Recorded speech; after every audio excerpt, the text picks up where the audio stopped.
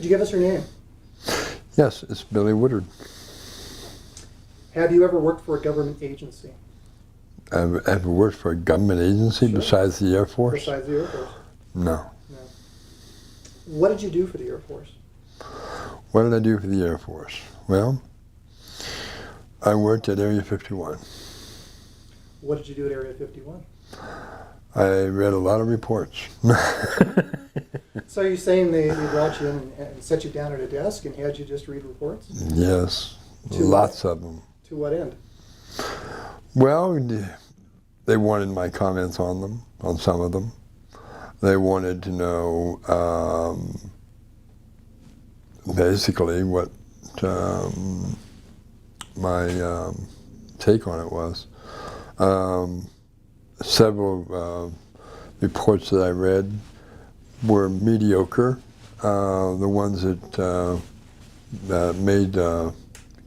piqued my interest were ones about Admiral Byrd and things of that nature.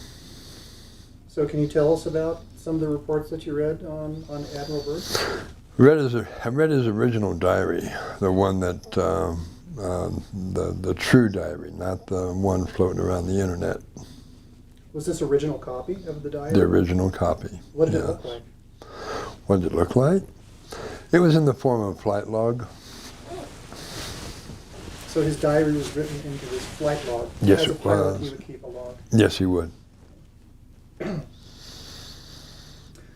Let's go back a little bit. Okay. Because you didn't just happen into a job at Area 51. There's a bit of history behind there, isn't there? Oh yeah, there's a whole bunch of history behind that. Well, when I was at the age of 12, I had an incident occur about when I was in the Scouts, and it had to do with being picked up by a saucer or UFO, if you want to call it that. And it was quite an interesting event. You want to tell us a little bit about what happened? I can tell you the whole thing if you want. Sure, let's go. Let's go. Well, me and my friend were on our way back from the scout meeting, and we got to the edge of the cornfield that goes for about a mile before you get to the house, and then there's a road that goes around it. And I told my friend, I said, well, I'm going to take a shortcut through the cornfield because it's shorter. He said, well, I'm going to keep going around the road because, you know, the corn stalks look like they're going to reach down and grab you. So he's kind of finicky about not wanting to do that. So I said, fine. I parted with him. He went on around the road, and I went through the cornfield. Halfway through the cornfield, I looked up and I saw what looked like a star, but it got brighter, and it got brighter, and it got brighter. And then the next thing I realized, the entire area I was standing in was lit up just like daylight. You could, so bright, you could actually see the kernels on the corn. That's pretty bright. I looked up and into this light, and I heard a voice come from it. It says, Billy, we are here to take you on a journey if you would like to go. And I said, yes. Without hesitation, I said, sure, let's go. Next thing I know, I'm looking down, and the ground's going further away, and I'm getting lifted up into this craft. And so next thing I know, I'm inside this craft. And they asked me, what do I see? I said, all I see is bright light. And they toned it down to where I could see my surroundings. And everything was in a circular pattern around inside this vessel. And the people were extremely tall. By standards for a child, extremely tall can be anywhere from 6 feet on up. But these people were way up there. What did they look like? Like you or me, except very tall in stature. The female was somewhere between, I would say, between 10 to 12 feet, and the man was taller than that. And they spoke very gently, And they said, all right, so how good are you in geography? And I said, straight A student. And they said, we'd like you to tell us where we are as we go over the different states. And the one we left from was Texas, Wichita Falls, Texas. So that's fine. We started going over the different different states, different flags, and I recognized the flags as we went over them. And I started naming them off. And we got up to Canada and the Canadian flag, and they said, where are we now? And I said, I don't know, we're over ice and snow. And I said, yes, we're above Canada. We're in the Arctic Circle. You said flags, so you could see the flags? Yes. Through the bottom of the craft, you could look down through the craft, which was transparent, and you could see passing over these cities. And it was quite interesting. Now, before we continue on the story, I want to go back to the cornfield for a second. Yeah, okay. What time of year was it? Fall. Fall. Okay. Yeah. And as you were being brought up into the craft, what was that sensation like? Like a lifting. Just suddenly weightless. It's like the gravity around my body was defied, and I was pulled into the craft. And were you pulled in from the bottom, from the side? From the bottom. From the bottom. Yeah. Were there doors? Didn't seem like no doors. It looked like I was going right into a solid bottom, but I went right through it. Interesting. And then you mentioned the light. Is that what you came into, was solid light? Yes. The bright white light, they asked you? What did I see? And I said, nothing but bright light. And then they toned it down. Okay, thank you. And then they turned it down. Okay. So the flags that you saw as you were flying over the States, what was your altitude? Very low. So you weren't that high at all? No, we weren't high at all. Was this daytime? It was nighttime. At the night. It was night. So where were these flags? They were, well, on the buildings that we passed over. We passed over from Texas, passed over through Oklahoma, the Oklahoma flag, and then they went up from there to the state above Oklahoma.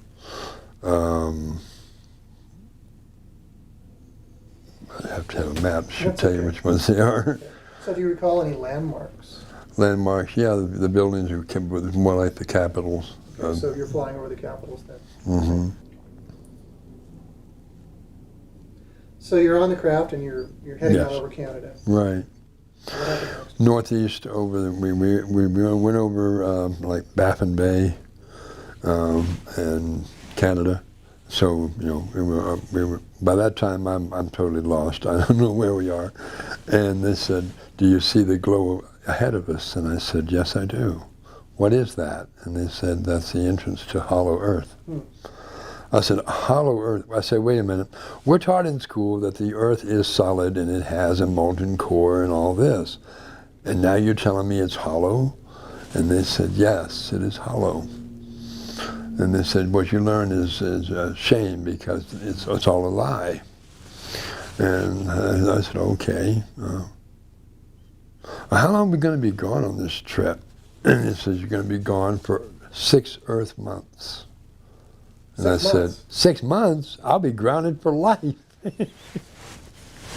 That was my thought, And they said, "No, you won't be grounded for life." This says you'll be missed, yes, but when you return, your body will be replenished and all the childhood diseases or sicknesses that you were experiencing will be gone.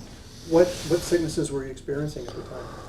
Well, like the mumps, the measles, and stuff like this. But at the time, they said that your immune system is starting to break down and must be replenished. Okay.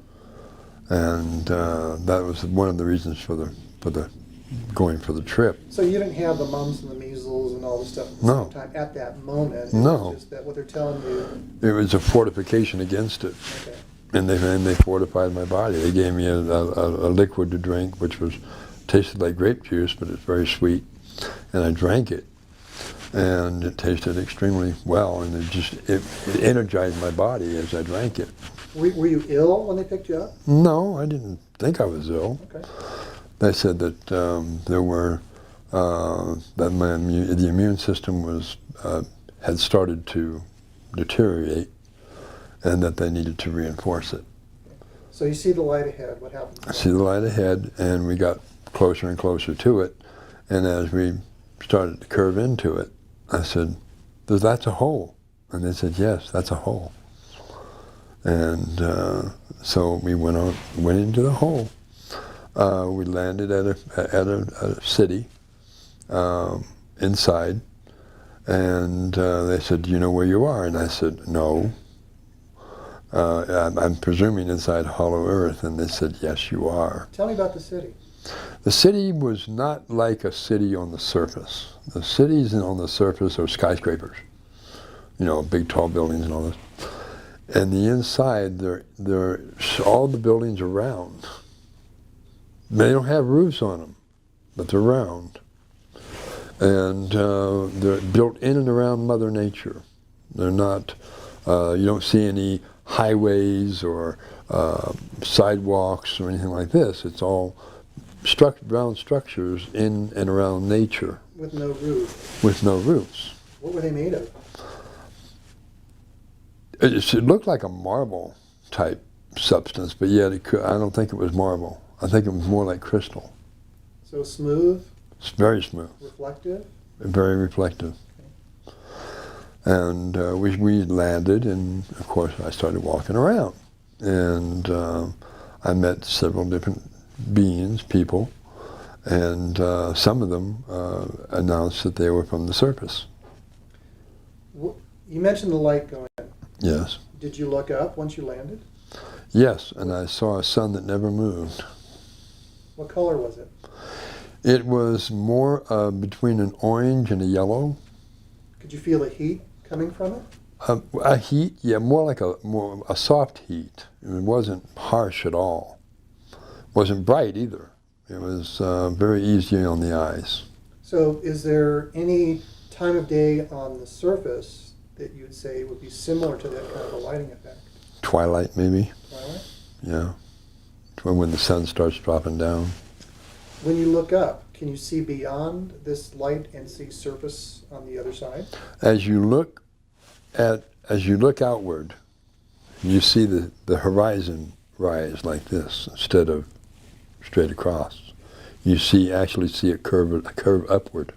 Are there clouds? No clouds. Where does the water come from? Does it rain?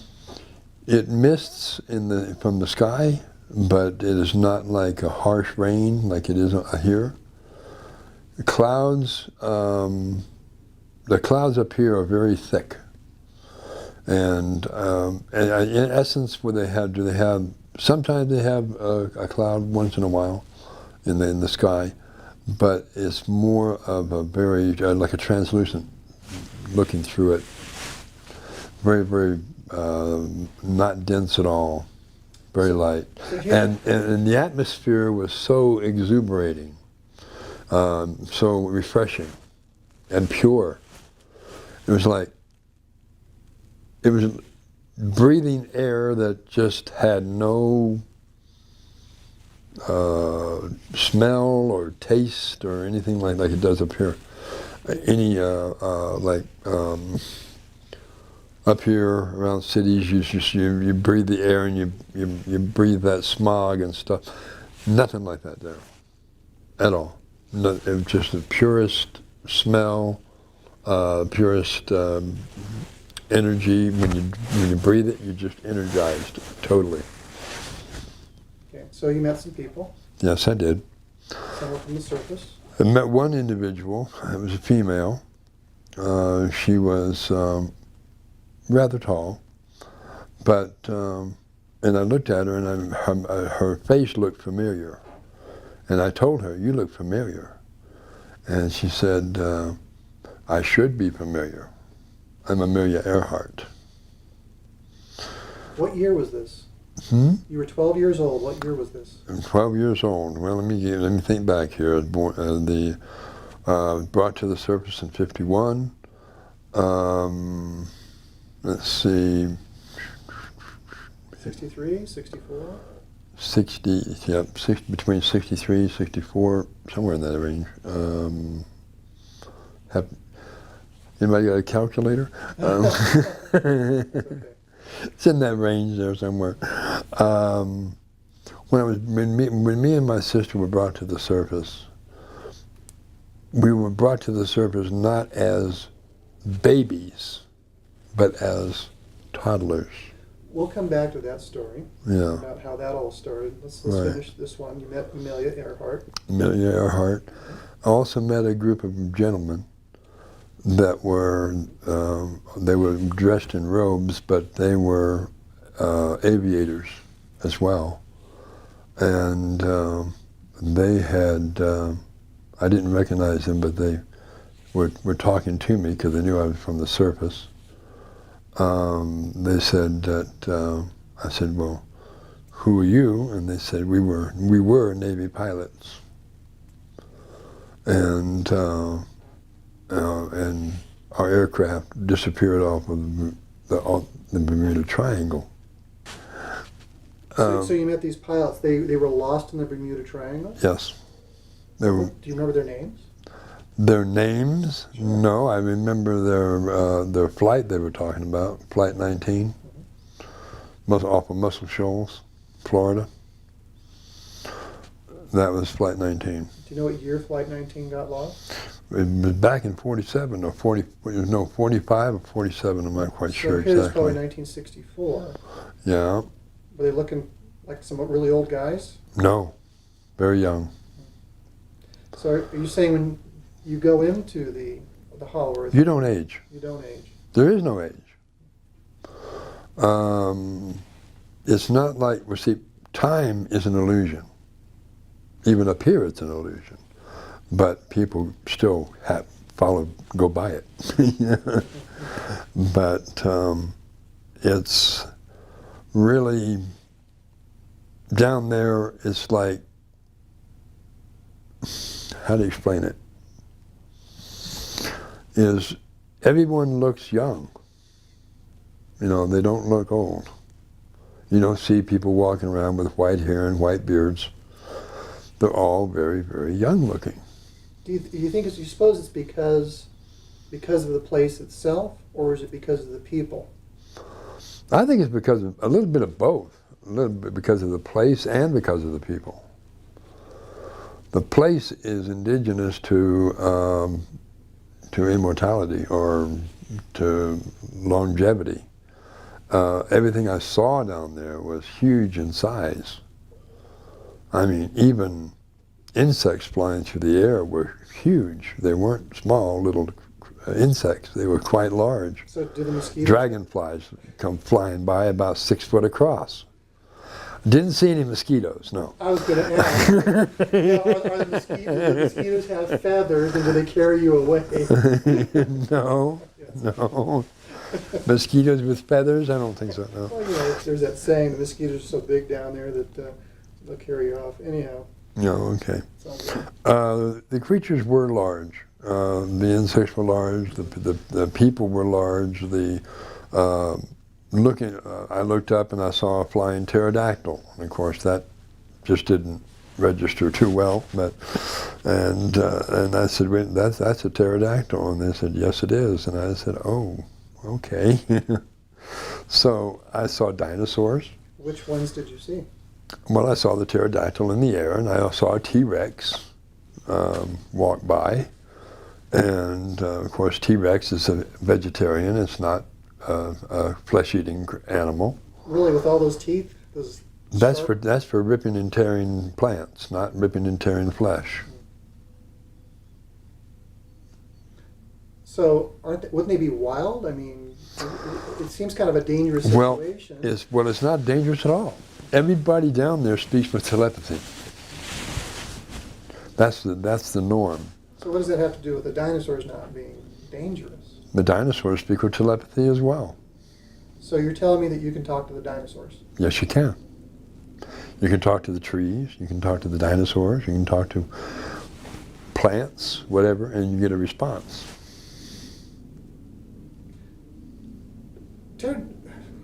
T-Rexes are kind of a big animal.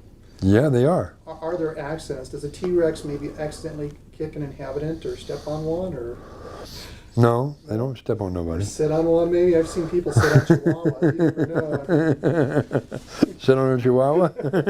I saw somebody do it once accidentally. The Chihuahua wasn't too thrilled with that, but you see what I'm saying? Yeah. With something that's small in relation to something so large, it's easy not to catch. Well, they when they walk, they're very meticulous in where they walk. Okay. Okay. Enough about the dinosaurs. Yes. So you saw a lot of very large things down here. A lot of very large. You met these pilots. Yes. Amelia Earhart. Yep. What happened next? Then they had me go into a room, actually a building, in one of the round buildings.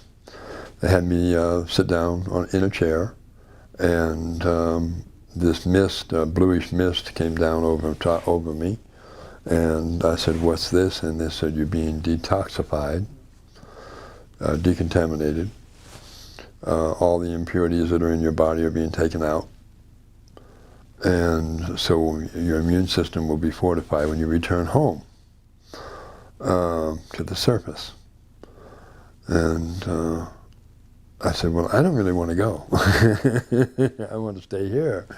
And they said, "Yes, we know you want to stay here, but you're not staying here."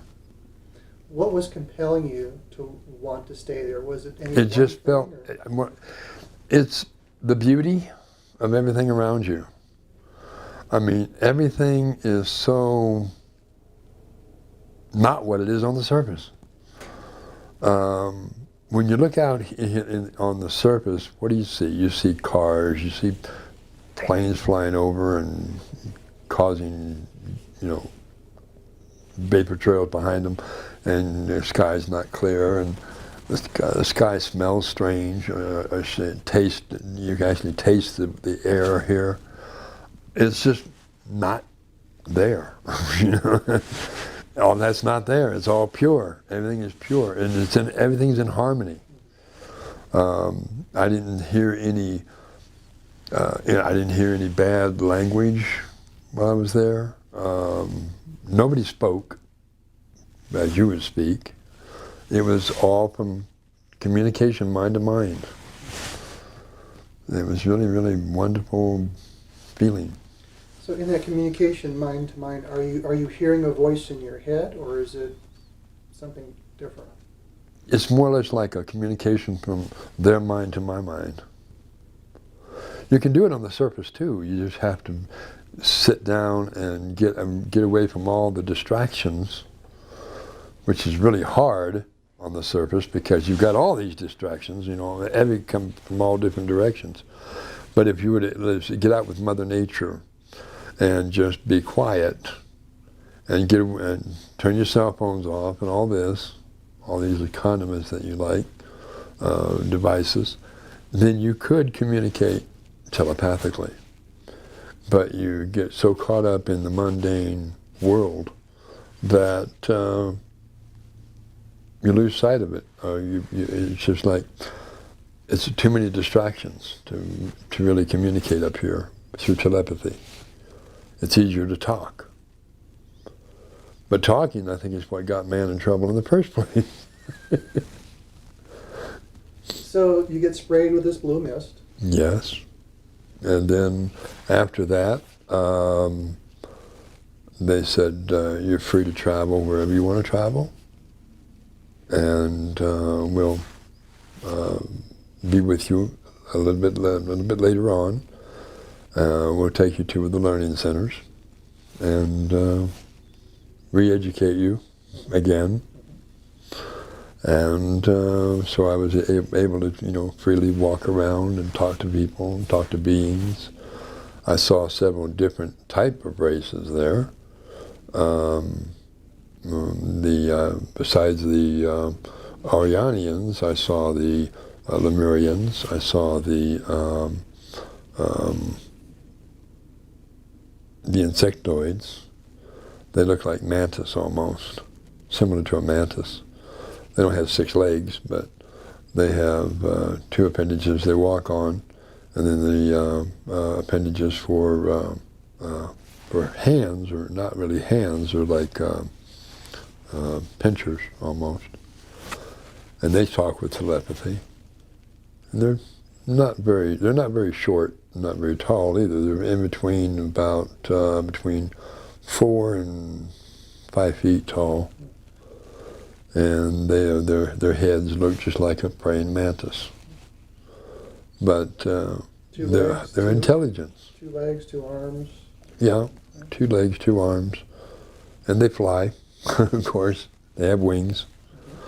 But they do communicate telepathically in English, and well, they know all languages.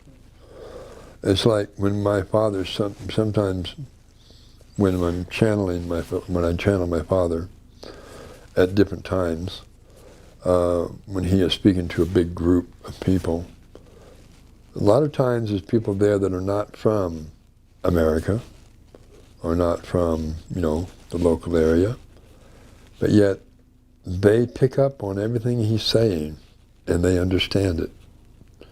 It's sort of like he's speaking English, but yet some people that are present from another foreign country that don't speak very good English, they hear the message in their own language.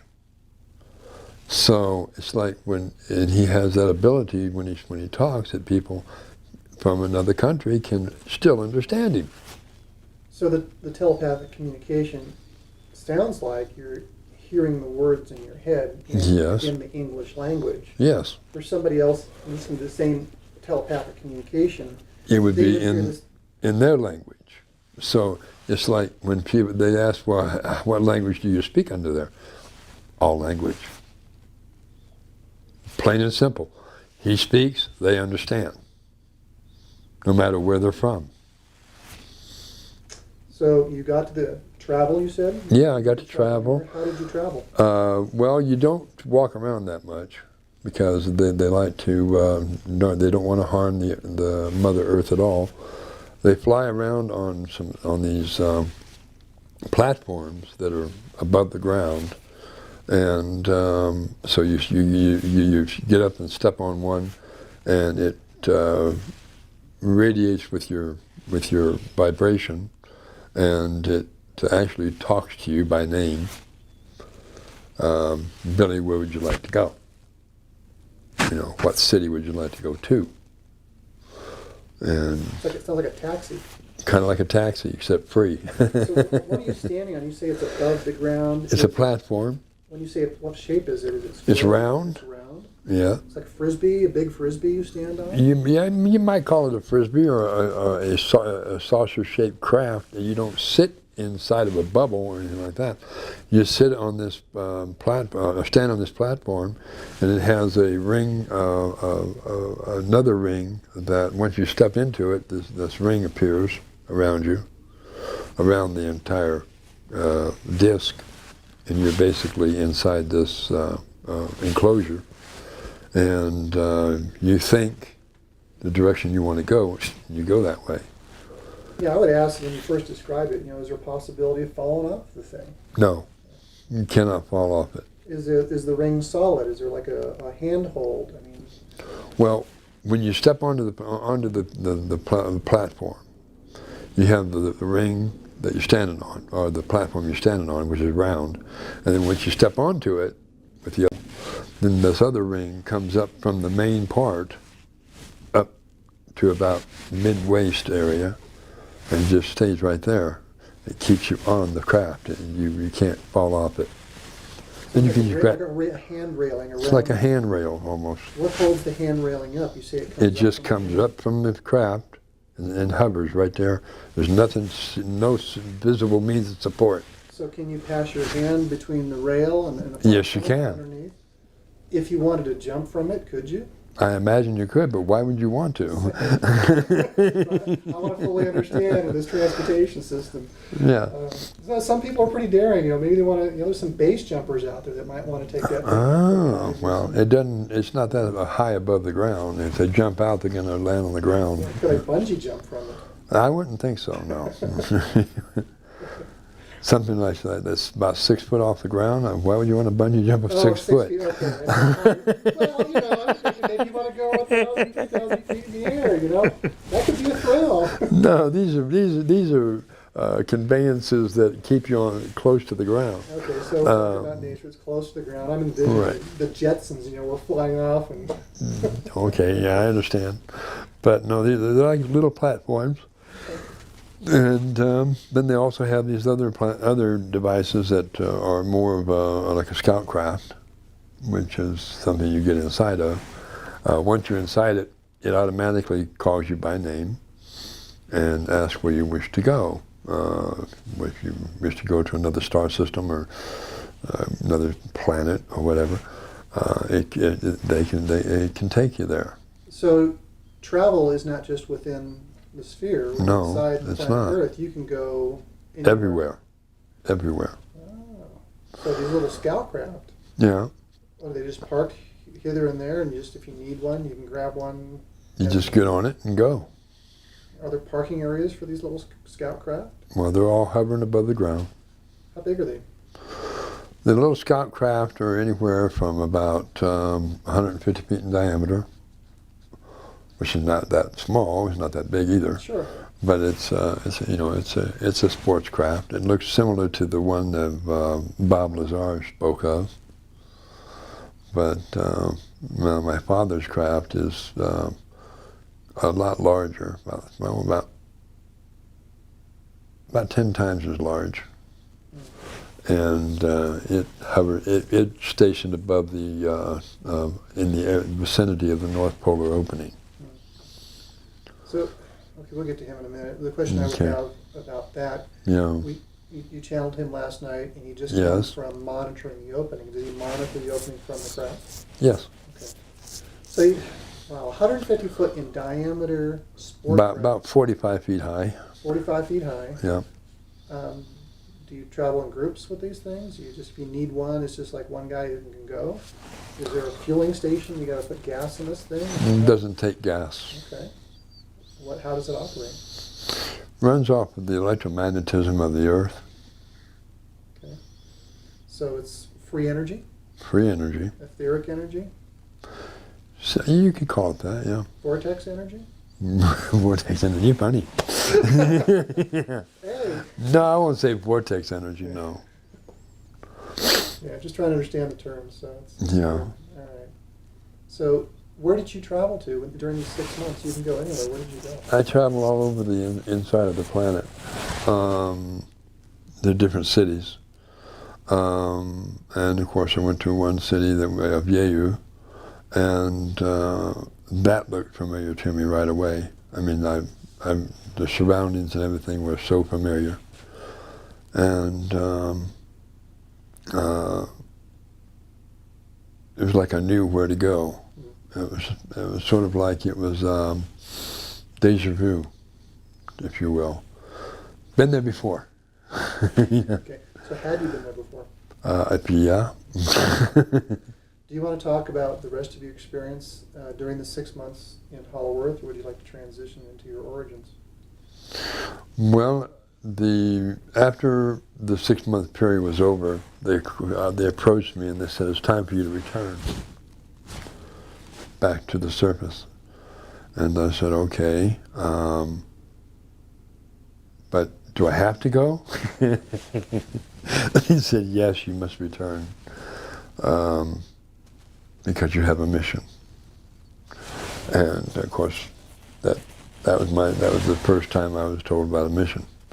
So they returned me to the surface. Well, can you tell us what the mission was? I didn't know at that moment. Ah, okay.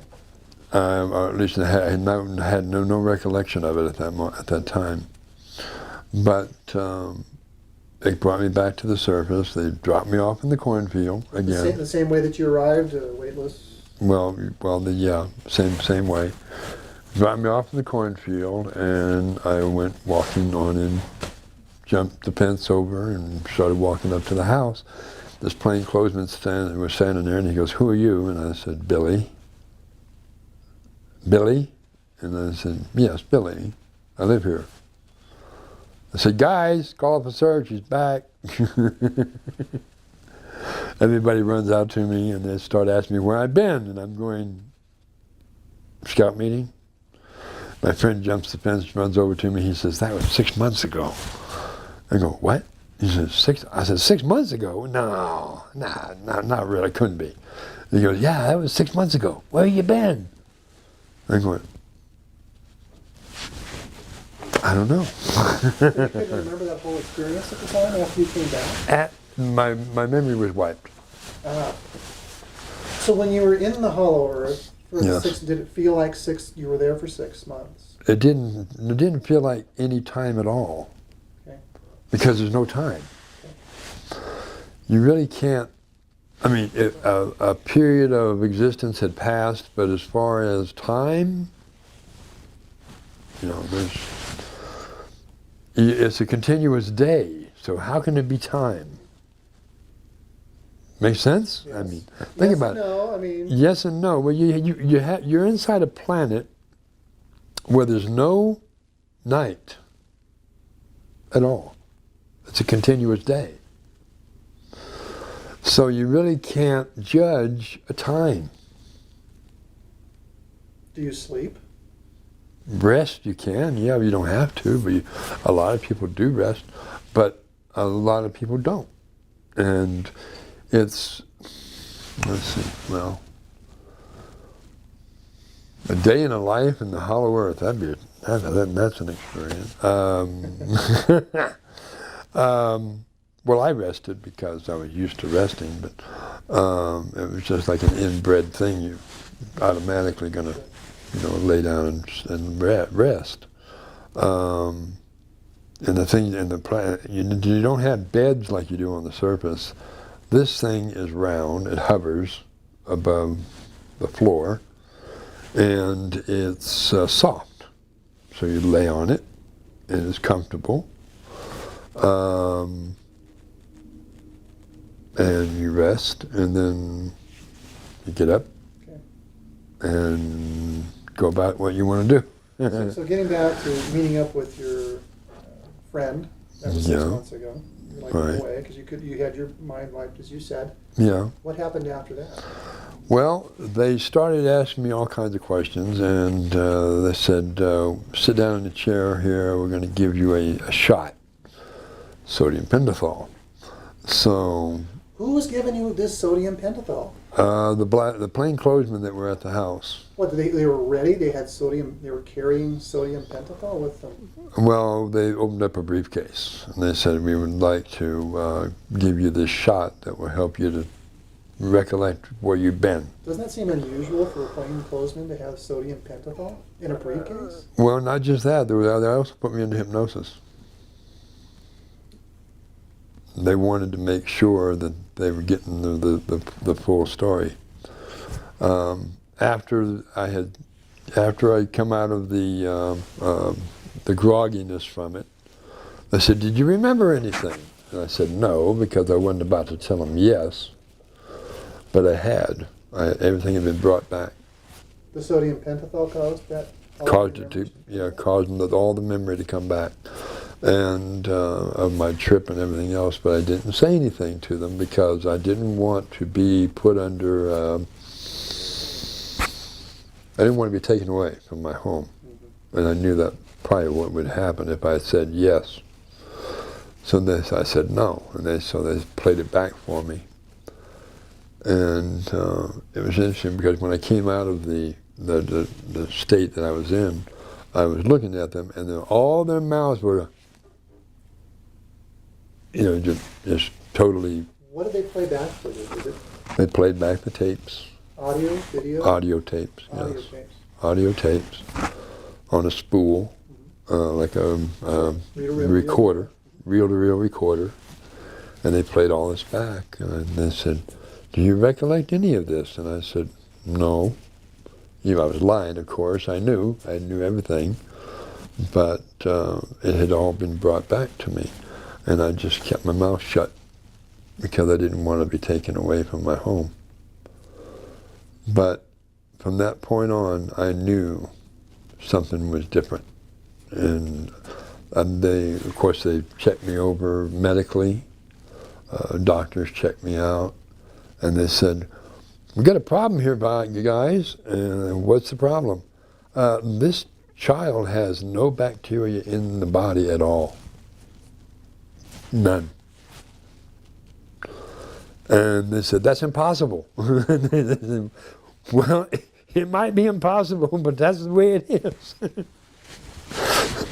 So, and they said, "Well," and then of course in my knapsack that I had on my back, they pulled out this container made of a metal they had never seen before. They opened it up and they asked me what it was, and I said grape juice, and they analyzed it. Is this the drink that they gave you on the craft? No, they had given it to me on my return voyage. And they analyzed it, and they said it was the purest grape juice they'd ever seen in anywhere. But there was no way to rate it as being grape juice. It tasted like grape juice, but it was too pure. They said, "Where did it come from?" And I said, "Wherever I went."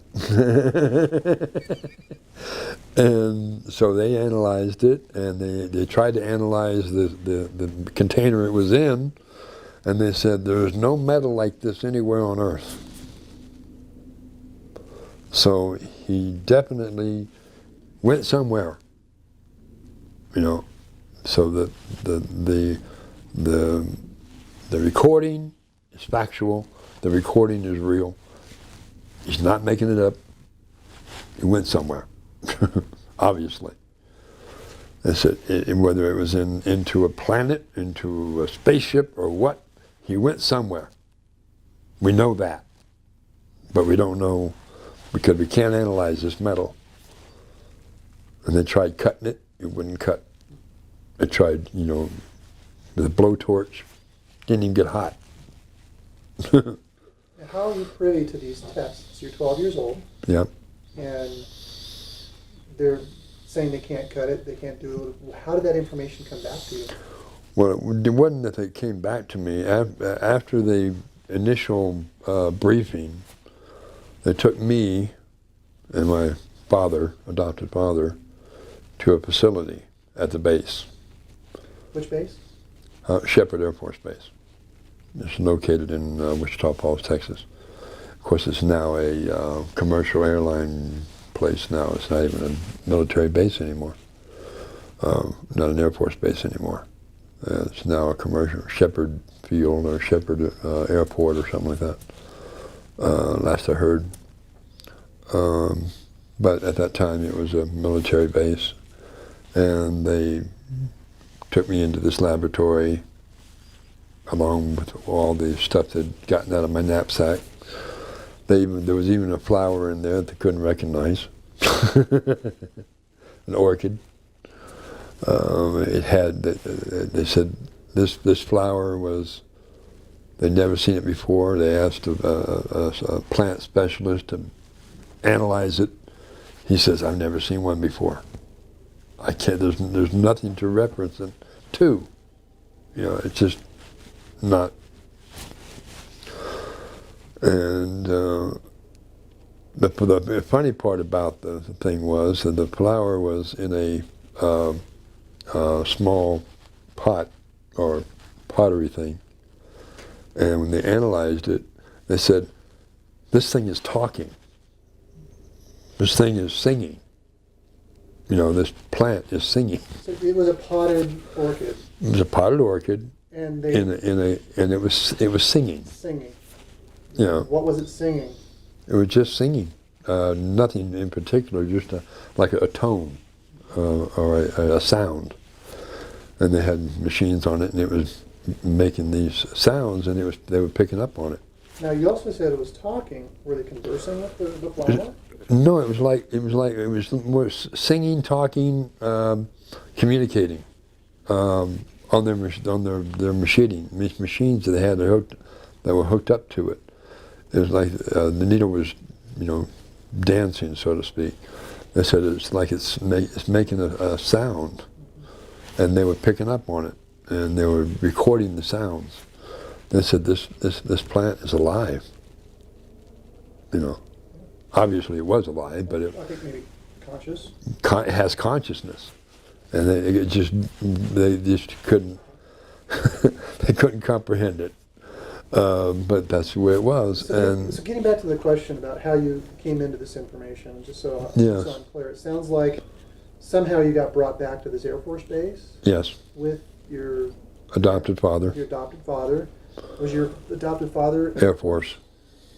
So the material had to have gone from the uniformed police who had taken the recording and confiscated the container with the grape juice in it in this metal that they don't recognize. Right. And the whole bit.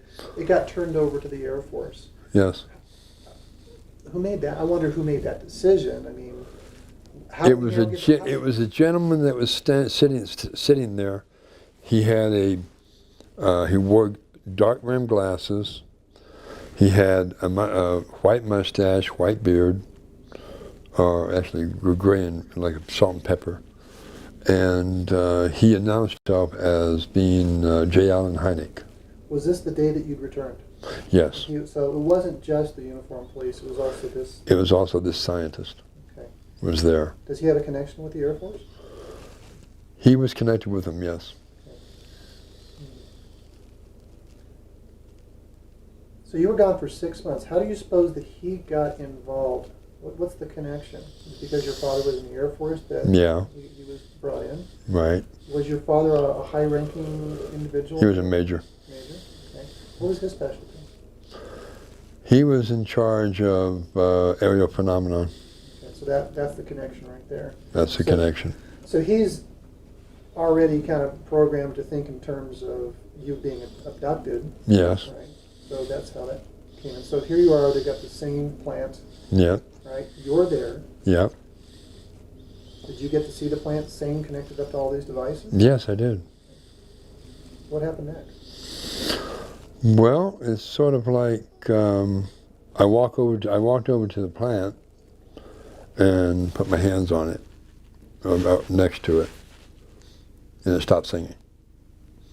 Stopped giving this vibrational thing out to this machine. And they said, "What did you do?" And I said, "I just told her to be quiet." It's going to get in trouble.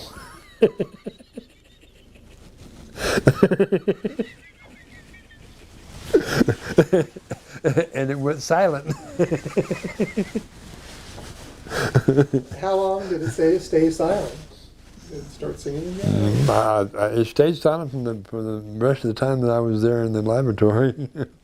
What was the response from the people in the lab? They said, "What do you mean you told her to be quiet?" Were they happy? Were they sad? They weren't happy about it. They weren't happy about it. It was just sort of like I turned a switch off on this plant. Well, that, and you also kind of showed your hand too. Yeah. What you could do. Yeah, a little bit.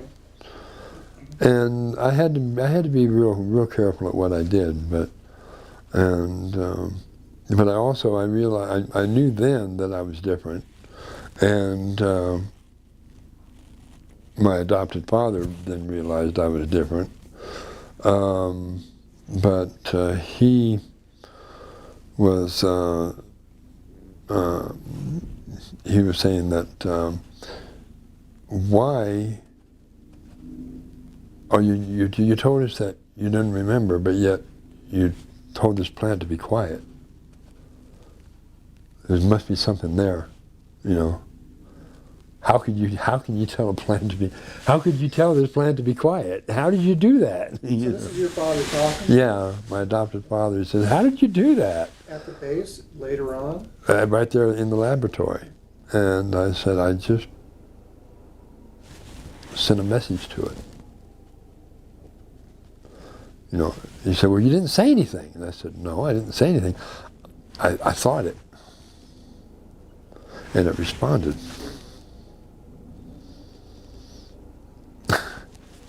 So here you are, 12 years old. You're at this base. Yes.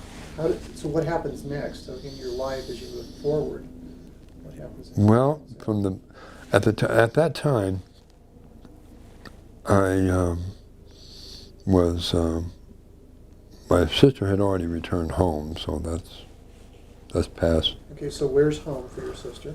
Hollowworth. How did she return home? She sent out a message, a telepathic message, that she was in danger. And I told her to send a telepathic message home. Why was she in danger? She had been sold to another Air Force family. Sold. How does that work? Well, how does that work? Well, I don't know how that works. I myself, I really don't know how that works. It was my adopted father told us that he couldn't afford to keep both of us and that one of us had to go. So it was both you and your sister were adopted at the same time? At the same time. Parents? Yes. And your father sold your sister to another... To another Air Force family Not to be that crass, were well off. Not to be crass, but what, do you know what he asked? What kind of money he got for that? $1 million. $1 million. Mm-hmm. Okay, so your sister sold this other Air Force. How soon after being sold to this other Air Force family was she rescued or picked up or taken? When she turned the age of 9, we were twins, so we were the same age. But you were 12 when you got picked up and all this stuff happened. Mm-hmm. So but before that was when she went home. Okay. So we're talking... Prior to that, yes. So after the lab experience. Yes. You mentioned about your sister being sold. Yes. She was 9 at that time. That had already happened. Right? That had already happened. Yeah, so moving forward, so now your life is going to change. My life changed drastically from that point on. I was, I won't go into that too much because that's a part of my life I don't want to think about. But it had to do with child abuse. So I didn't want to get into that. I won't go into that. Okay, that's fine. But, so, anyway, want to talk to my dad? No, let's go back to origins. Origins. Well, we were talking about mission before. We wanted to get to, because you said you didn't know what your mission was. What? Right. You couldn't remember at the time. Right.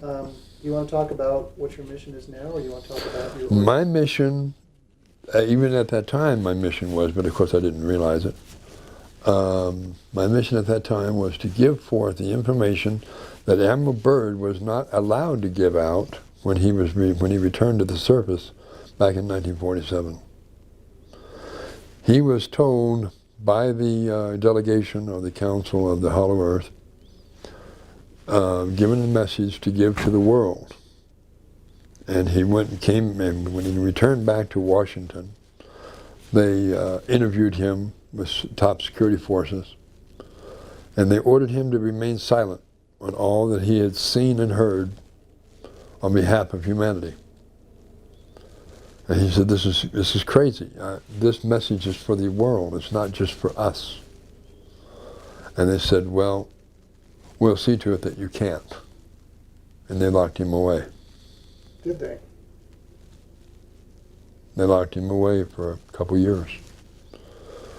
And then upon his release and being told that he will not talk about this to anyone, not even his immediate family, he was released from the military. Now, you are a retired Air Force colonel. Yes. Age 12, your mission, you know what you need to do. Can you take us from age 12, what transpired, career-wise? How did you work yourself into position where you... To be at Area 51? Got your commission. How did you get into that whole area? How did you come to work for Area 51? Well... Admiral Byrd's flight logs. Okay, well, first off, I was born both, how do I put this? You know what the term hermaphrodite is? Yes. I I was born both female and male in one body. And my adopted father was, I'll go into a little bit, I won't go into the nitty gritty of it, but he was a pervert, pedophile. And he would use me as a sex doll from age 6 to 10. So that's the part that I don't want to go into detail with. Sure. But it was his influence that got me stationed at the Pentagon after I went into the service. I graduated high school at age 12. And that was, I think it was more of a fluke that I graduated, because at that time, when I was in school, back then they didn't have what they have today. They didn't have algebra. They didn't have trigonometry or physics or anything like this. It was adding, subtraction, multiplication, and division. That's it, as far as mathematics. And then you have your English and spelling and all this other stuff. So it really wasn't as complicated as it is today. So high school was basically easy for you to graduate. Back then, at age 12. at age 12, it was easy, you know. And I knew all the answers. It's like I saw these papers were put down on a desk in front of me. I had went to my adopted brother's school, and I was waiting for him to finish his class so we could go home. And he was taking his final exams, and I sat down on this desk in the back of the room. This kid walks over and drops these papers on my desk and goes on about his business. And I looked at him, and I knew all the answers, so I answered all the questions. And come to find out, I had maxed the test. So at the graduation ceremony for my adopted brother, I'm sitting in the audience along with everybody else, and my brother comes down and says, "They want to talk to you." And I said, "Why?"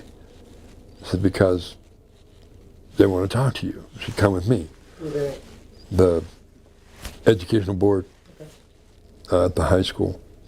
So they took me back behind this curtain, and they said, "You're Billy?" And I said, "Yes." And they said, "Why aren't you in robes?" I said, "What?" And they said, "Why aren't you in graduation robes?"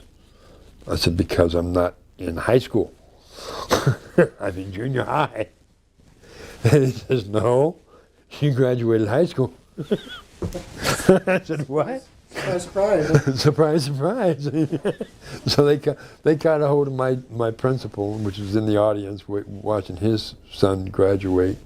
And they got him back there, and they said, "We've got an issue here." And they said, "What's the issue?" "Well, this child is graduating high school, but he hasn't graduated junior high yet." I said, "Well, he has now." So they said, "How do you know?" And I said, "Well, he's maxed the test, valedictorian.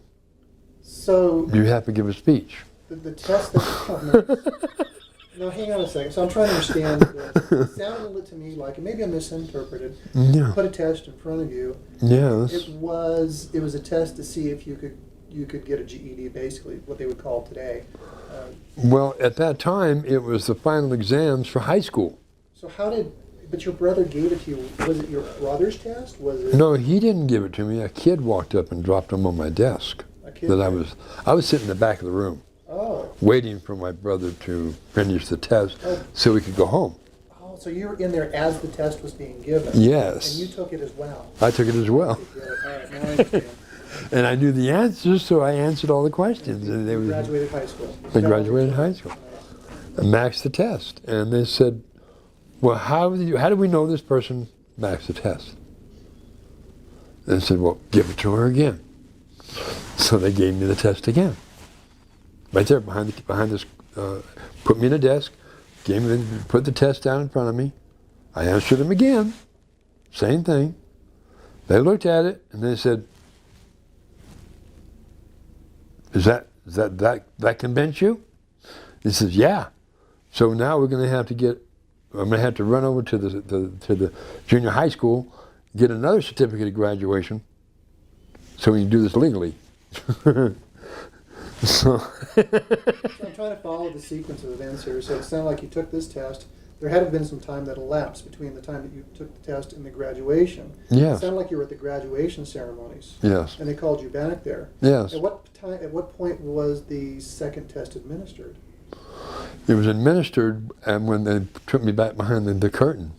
You knocked it out behind the curtain during the ceremony. During the ceremony. This is what you're telling me. I did it in 10 minutes. Amazing. Okay. So I answered all the questions in 10 minutes. It was simple. So I knocked it out. Okay, fine. So I'm up there, and I had to give a speech. And the speech that I gave on was how to be harmonious and how to live a harmonious life. And it just, it wasn't a dry eye in the auditorium after that.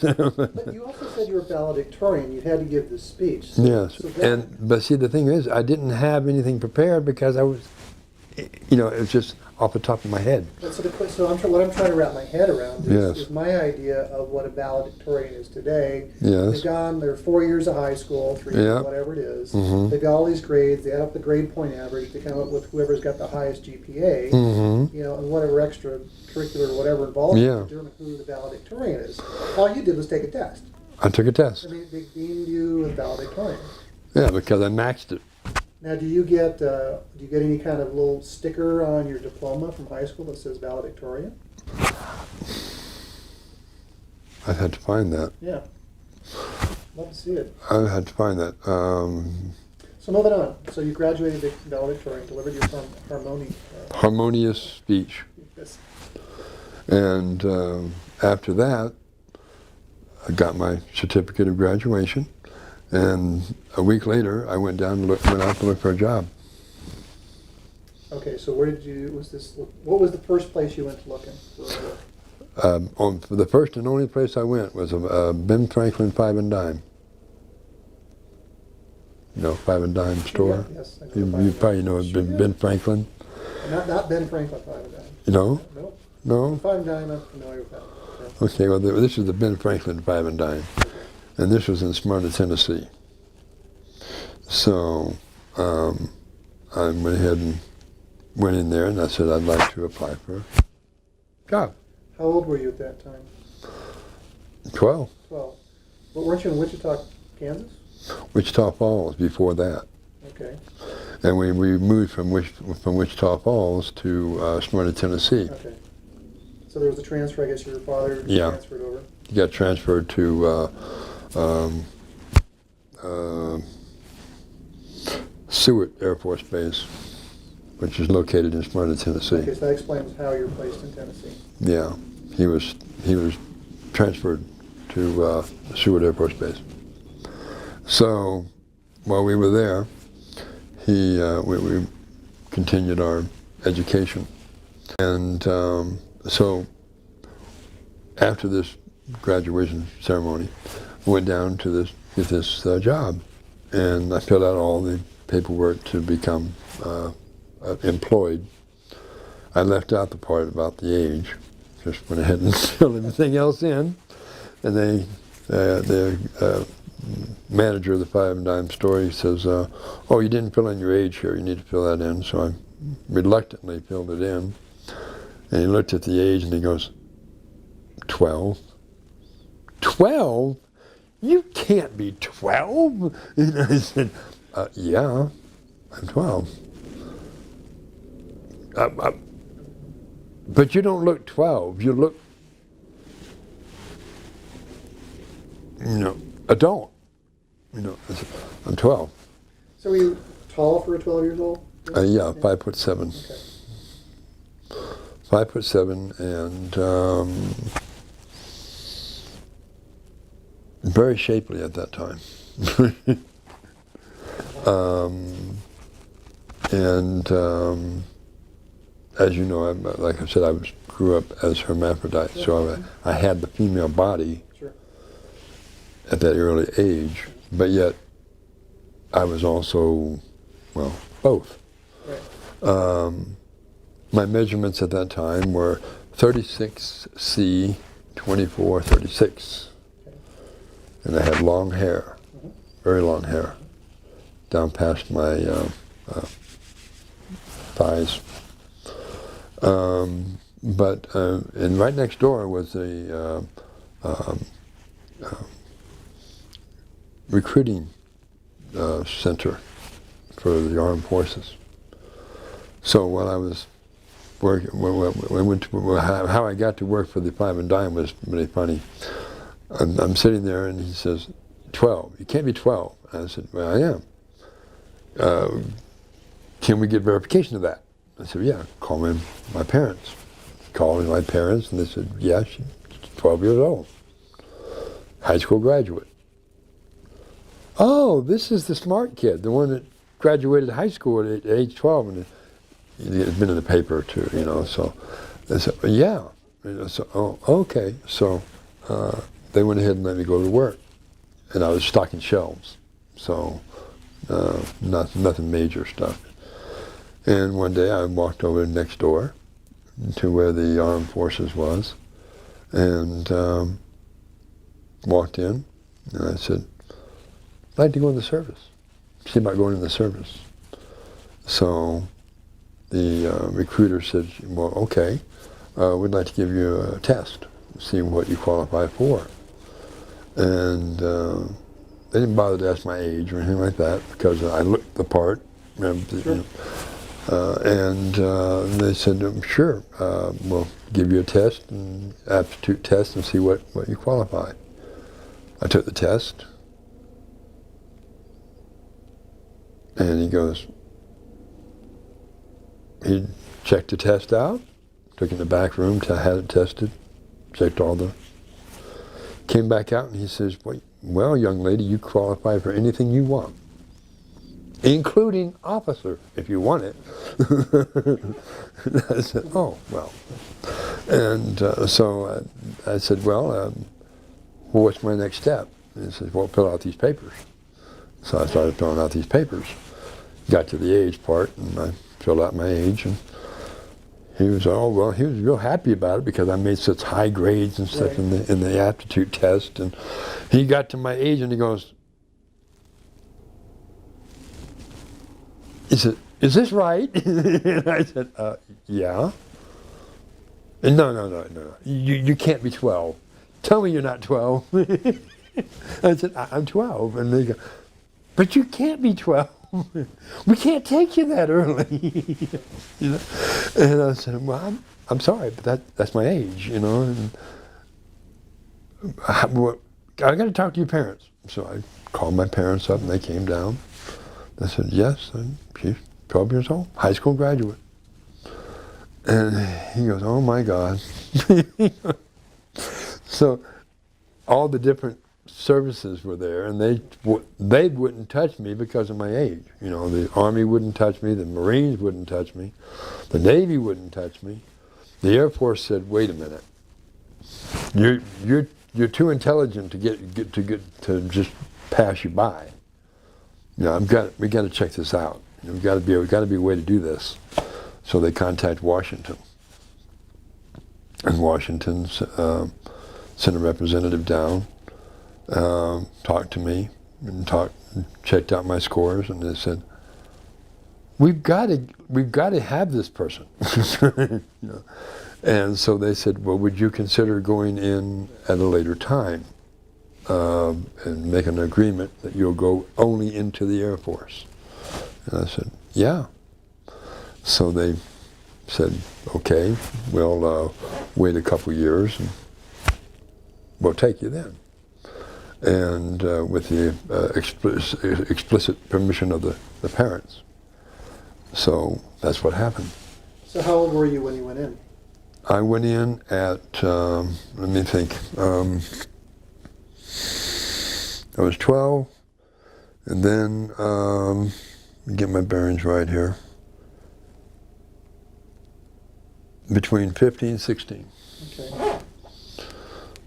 I did it again, I'm sorry. It's okay. So between 15 and 16, you learned which is exceptional, actually. It is very exceptional. That's it.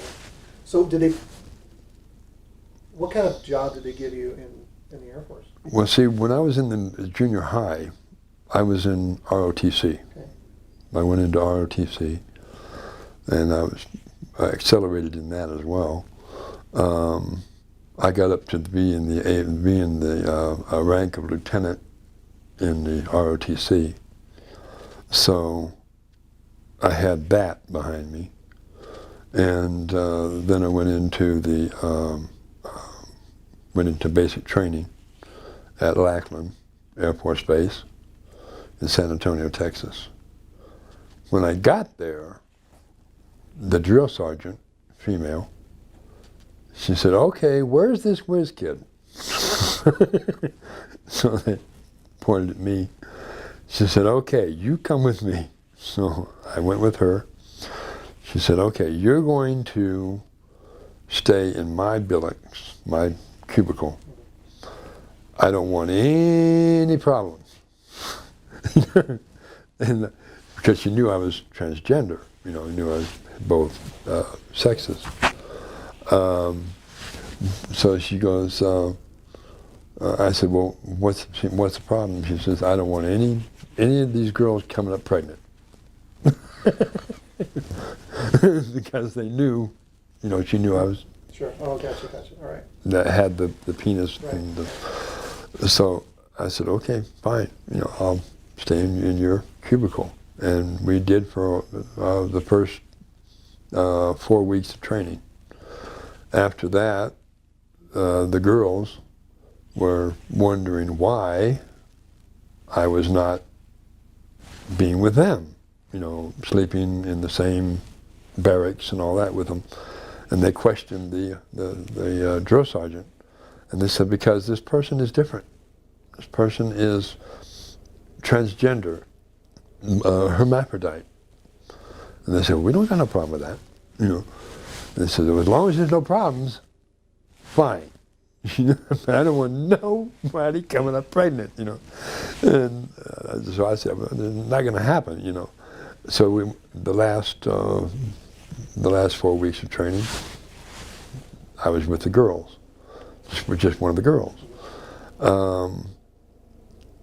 At the end of graduation, at the graduation, I was sent to OTS, which is Officers Training Candidate School Air Force. You have OCS in OCS is Army. Yes, so OTS is the Air Force. So I went into OTS.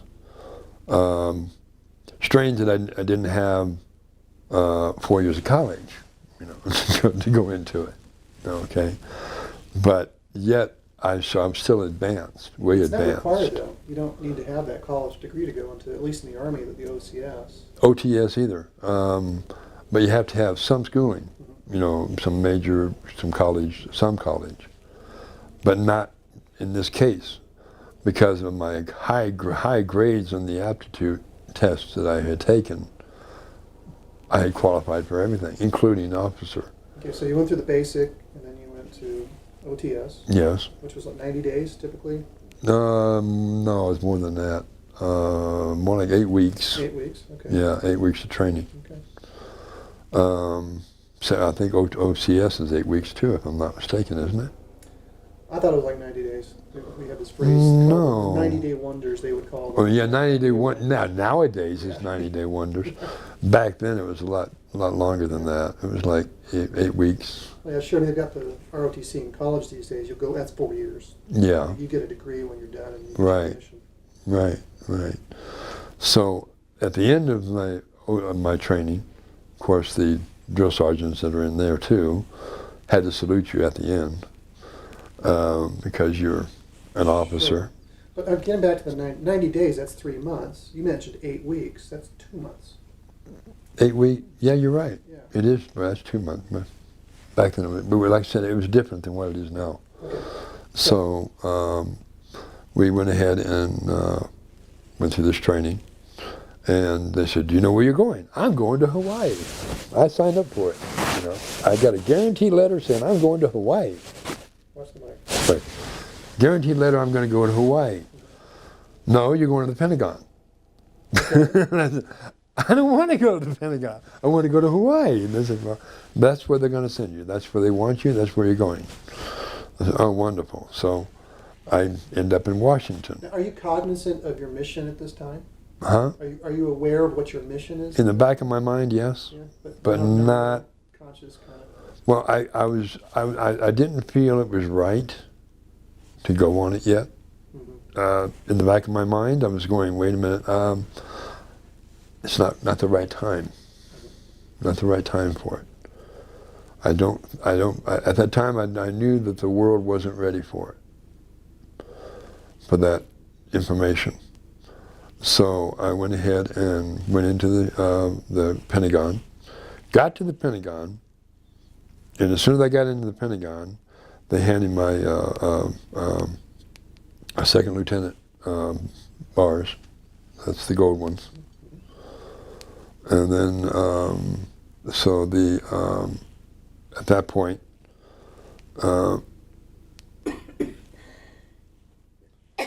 you again.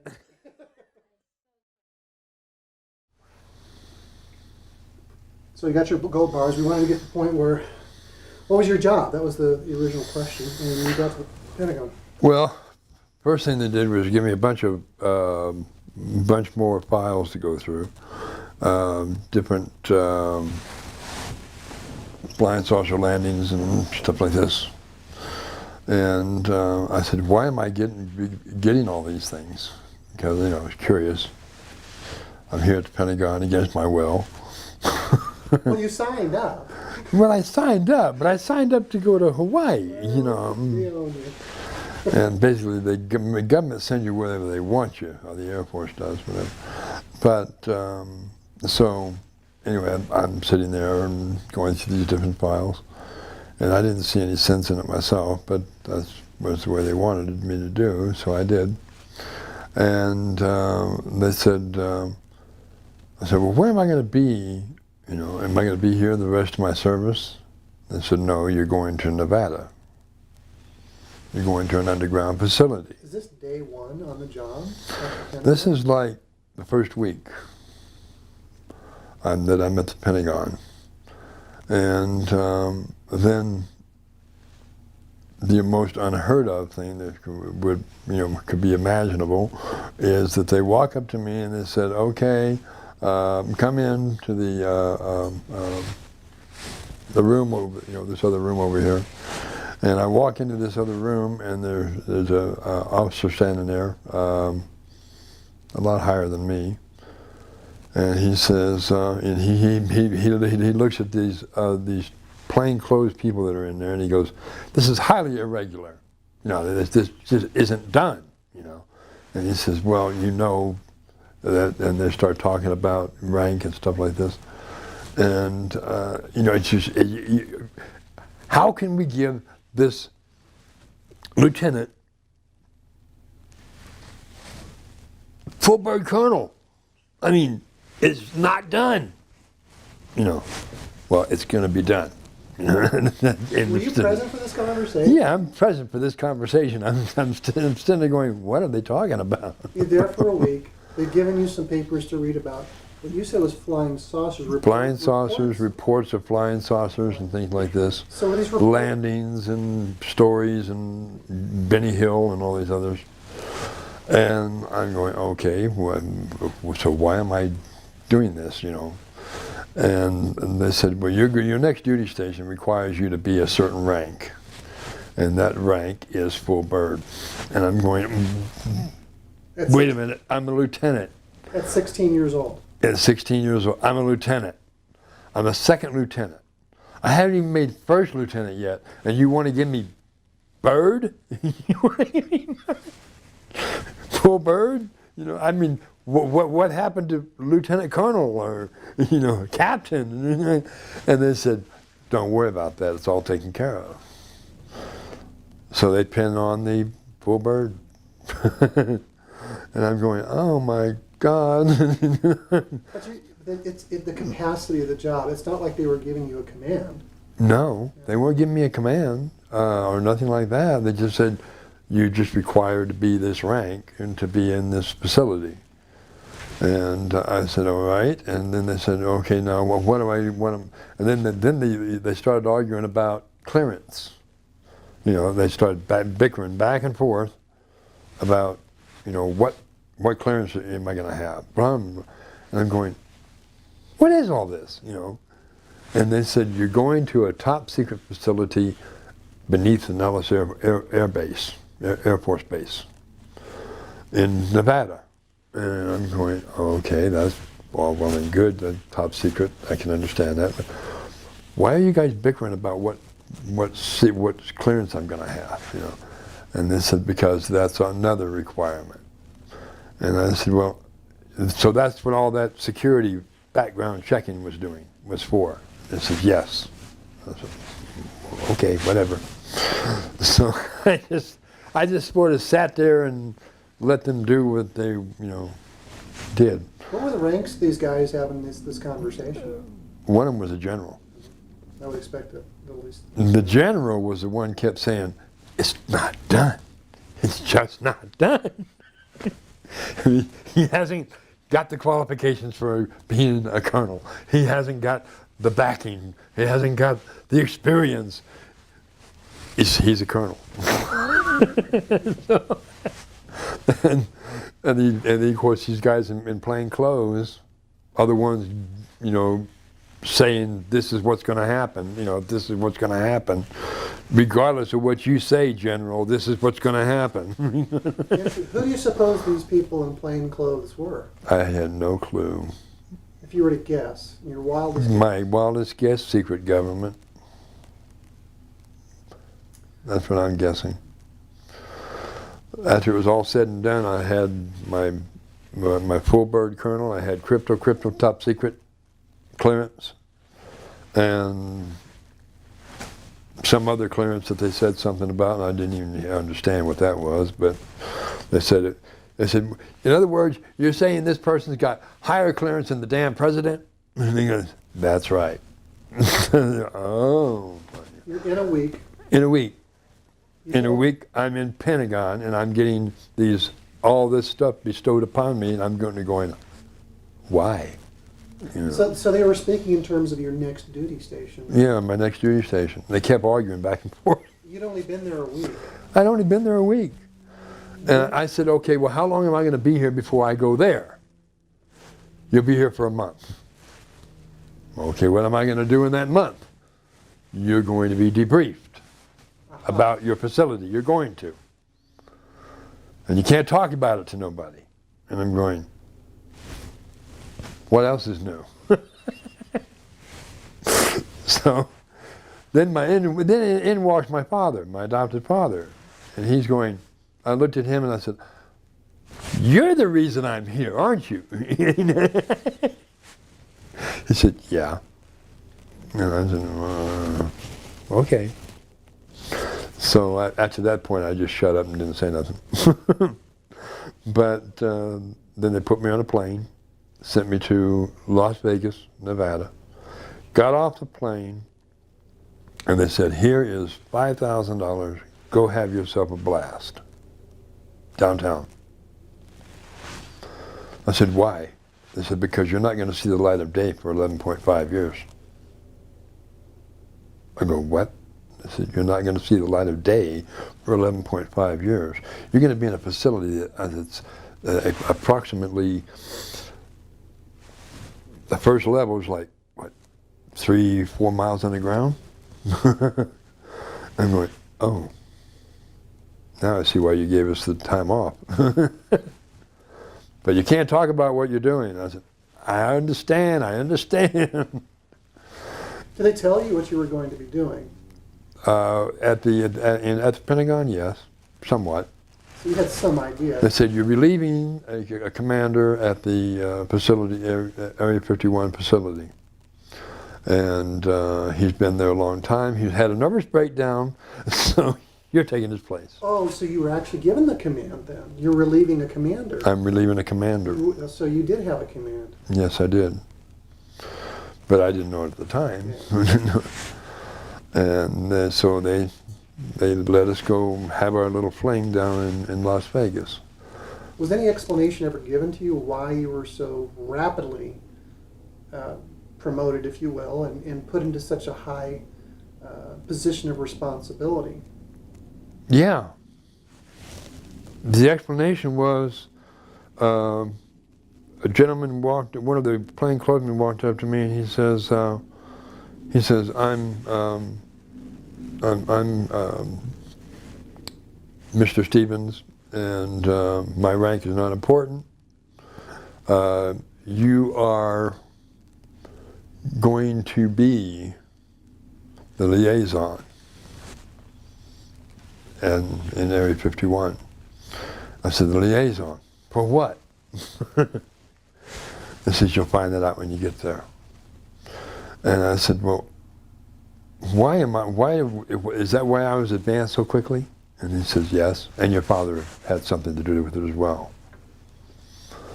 And I said, oh, okay. He says, well, you need to stop asking questions. I said, yeah, I kind of got that. So basically I shut up and obeyed orders. We got to the Area 51, well, we got to the aircraft. We boarded this aircraft. It was solid white, blacked out windows with a big red 51 on the tail. And we get in this aircraft, take off. 45 minutes later, we land. I step out from the aircraft, pitch black, nothing. No stars, nothing. You know, I said, wait a minute, where are the stars? You know, but better yet, where are we? You know, because we took off at 10 o'clock in the morning, 45 minutes we land, and yet it's pitch black. Where are we? You're inside a mountain. And I said, oh, that's why no stars. Very good. Go get in that staff car. Me along with several other people. And we go and get in the staff car, and the staff car starts going straight down this corridor, and all at once it drops down at a 45-degree angle. Down. And this car accelerates to a certain point, and then it levels off and stops again. We walk out, and they said, okay, you see that building over there? And I said, yep. She said, go in there and strip. Everything comes off. Okay, so I go in this room, this building. I walk in the room. These people are all dressed in white. They tell me to go into this cylinder thing, and I step into it, and this blue mist comes down. Decontamination. Sounds familiar. Yeah, decontamination. Same stuff? No, this stuff hurt. And and then they gave us this jumpsuit to put on. We put the jumpsuit on. Back in the staff car, down another corridor, down another 45 degrees for a couple miles. Come to another building. They say go inside. A pink mist comes down. Went through 3 different segments of decontamination. After the 3rd trip down, we go into we step into an elevator. You mean like a level? Is it so you say with 3 levels or 3, the pink mist comes down, you said there were 3. There was 3 different levels. So you had the first level, blue mist, okay. Second level, pink mist, and the final level didn't seem like a mist at all, but yet it was coming down. Are you naked this whole time? Oh yeah. Well, every time we step into a building, not in the car, no. Okay. You were allowed to get dressed and jumpsuit. Try to follow the story. Yeah, put this jumpsuit on. By the time we get down to the 3rd level, and we step into this cylinder again, this clear mist, or clear, it was like we could feel it, but you couldn't see it. And they said, okay, you're totally decontaminated. I said, oh, nice. You know, they put on this other suit, and there's another jumpsuit, and it's got a triangle on the sleeve. And it says Black Projects on the side of it. And okay, fine. Now where are we going from here? It says you're not going anywhere. You're at the level you need to be. These other people are continuing on. So okay, fine. So they escort me down this hallway into this office. I walk into the office, and this guy is sitting in this chair, and his eyeballs are, you know, like he looks like he's had it. You know what I mean? I mean, he's just sort of sitting there, sort of all spaced out. He's got a spaced out look on his face. This is the commander you're relieving, and I'm going, okay. I said, are you okay? And he says, I'm glad I'm leaving. And I said, well, what are you so upset about? You'll find out soon enough. Believe me, you don't want no part of this place. I didn't want no part of this place. I still don't want no part of this place. This place scares the hell out of me. I'm going, okay. nice way to be greeted, right? You know, okay, fine. So he salutes me. I salute him. He leaves under escort, and he leaves. I sit down, and here's this stacks of records, about this high on my desk. I'm going, oh my God, that's a lot of reading. I'm a beer for a while. So I start reading. First thing I pull off, it says 1947, Admiral Byrd, diary. So I sat down and started reading. The more I read, the more interested I got. And then continued reading it, read it in its entirety. And then I looked at my assistant and I'm going, is this for real? He says, oh yeah, it's for real. Wow, interesting. Right after I finished reading that, this guy walks into my office and he goes, you're requested on level 27. I said, 27? What level are we on now? You're on level 10. I said, and what's on 27? You'll find out. Anyway, you're being called by name, requested by name, to go down to level 27. I said, okay. Is this my superior? And they said, no. No. Okay. So I put on my jacket, follow this guy to the elevator. We go down, 27th to the 27th level. Step off the 27th level, and we're in a cavern. Walk out on the cavern, walk through this cavern, into another tunnel that looked like it had been freshly drilled or bored out. Walk down this tunnel for about a mile, and then I said, okay, that's who called you by name, requested you by name. I'm looking at these two huge giant people standing next to this cylindrical vehicle. Okay, and I walk over there and I said, all right, why am I here? You're going on a journey. And I said, I am. They said, you are. I turned around and looked at my superior and they said, document everything you see and hear. We want a full report. I'm going, okay. All right, so I walk toward this craft.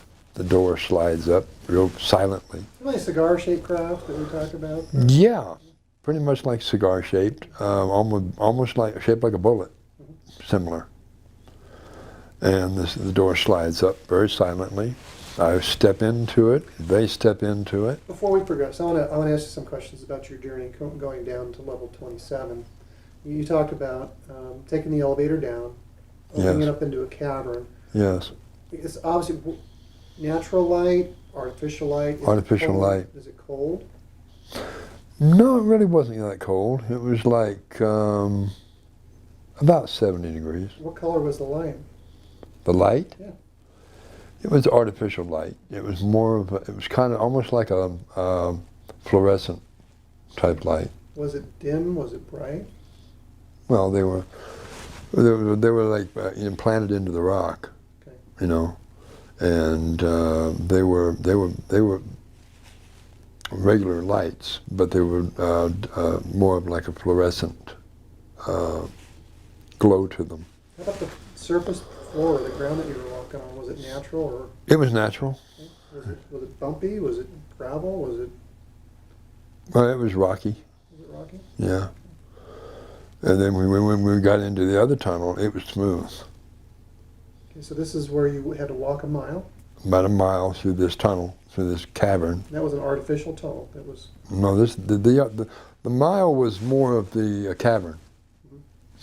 And then at the end of that mile was a tunnel that was smooth, had smooth sides, and we walked into that. Was the lighting the same there in that part of the tunnel?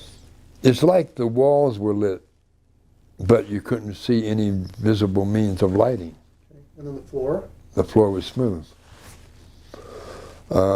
We walked through that into this shuttle station.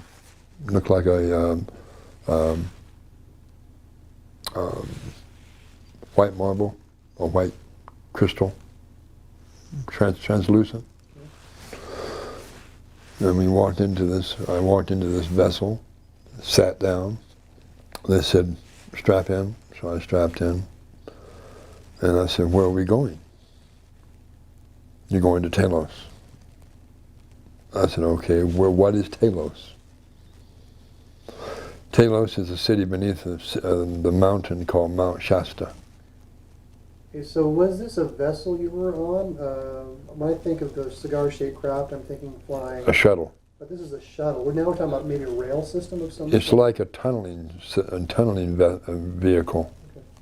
Not a tunneling vehicle, but a vehicle that goes in a tunnel. Got it. And the sides of I mean, before I got in, I was feeling the sides of this tunnel. It felt cold to the touch, but yet it was more of like a crystal tube, if you will. And this vessel was in it, and you couldn't slide your hand between the side of the wall and the vessel. That's how close it was to this side of the wall. I said, "This is mighty close." And it had to be quite, precision very well if this thing's going to go down these tunnels at extremely rapid speed. And they said not to worry. And so I sat down, and this door closed silently.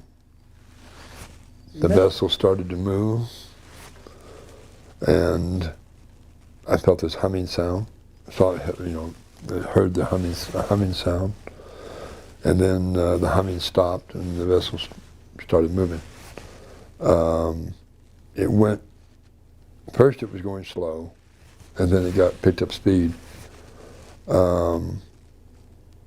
Then it was going by. I mean, the scenery was going by so fast it looked like a blur. You couldn't hardly distinguish anything on the sides at all.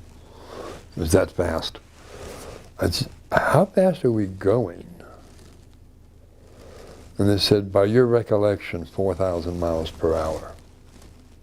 I said, 4,000 miles per hour? And they said, "Yes. We have arrived at our destination."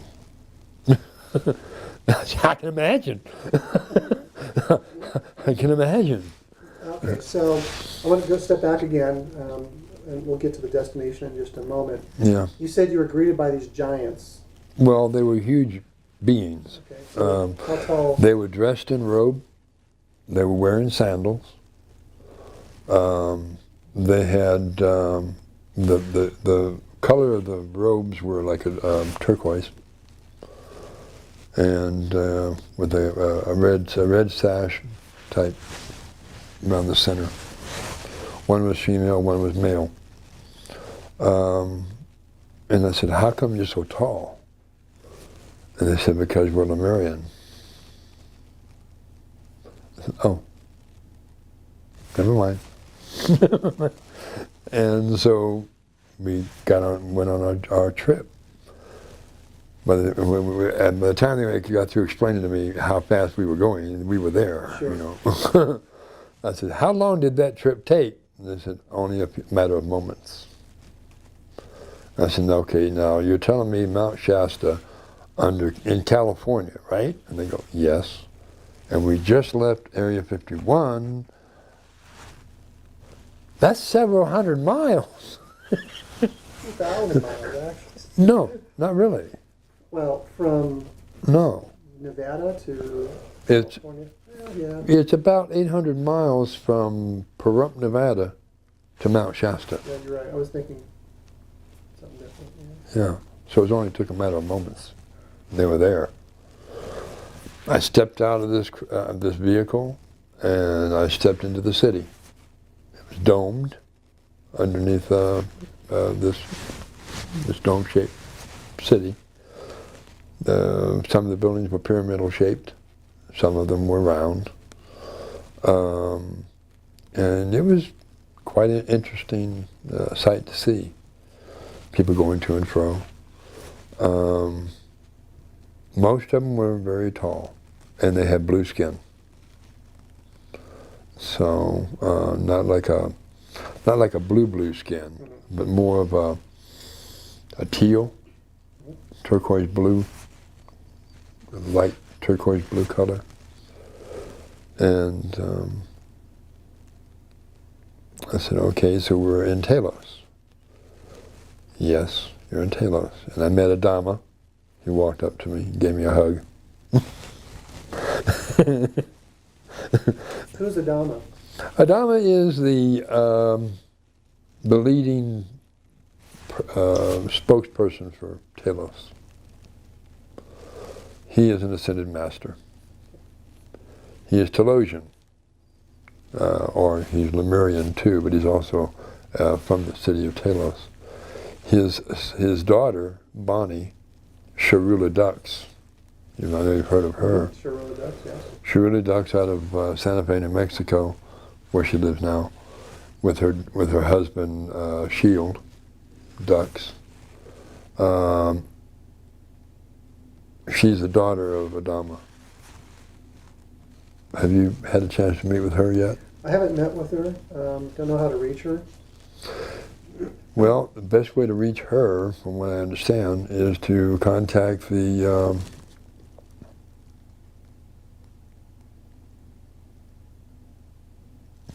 people in Mount Shasta can probably get a hold of her. I'm trying to think who it was the contact person for that. We can talk about that later. I want to continue with your story. Yeah, sure. So you've been sent there. You've been called, actually summoned. Summoned by name. By name. We found out who has summoned you yet. Well, I was about to find out. Well, Adama is the one that summoned me. So I said, "How is it you know my name?" And he says, "I know both of your names." I said, "Both of my names?" He says, "Yes. Your Earth name, surface Earth name, is Billy. Your true name is Zaria." I said, "Yes, but how did you know that?" "Because I know your father." I said, "Oh, okay, you know my father."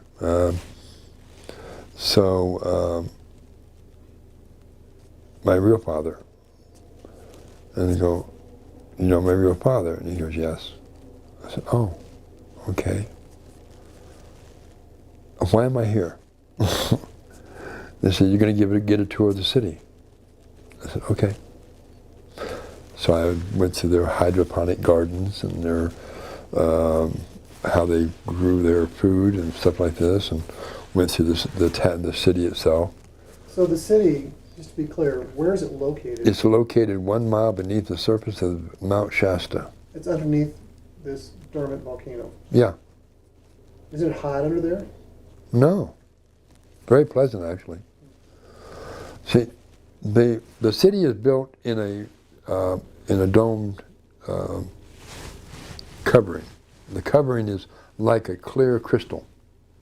Okay, and I said, well, if this thing ever erupted, would it hurt the city? And then he said, no.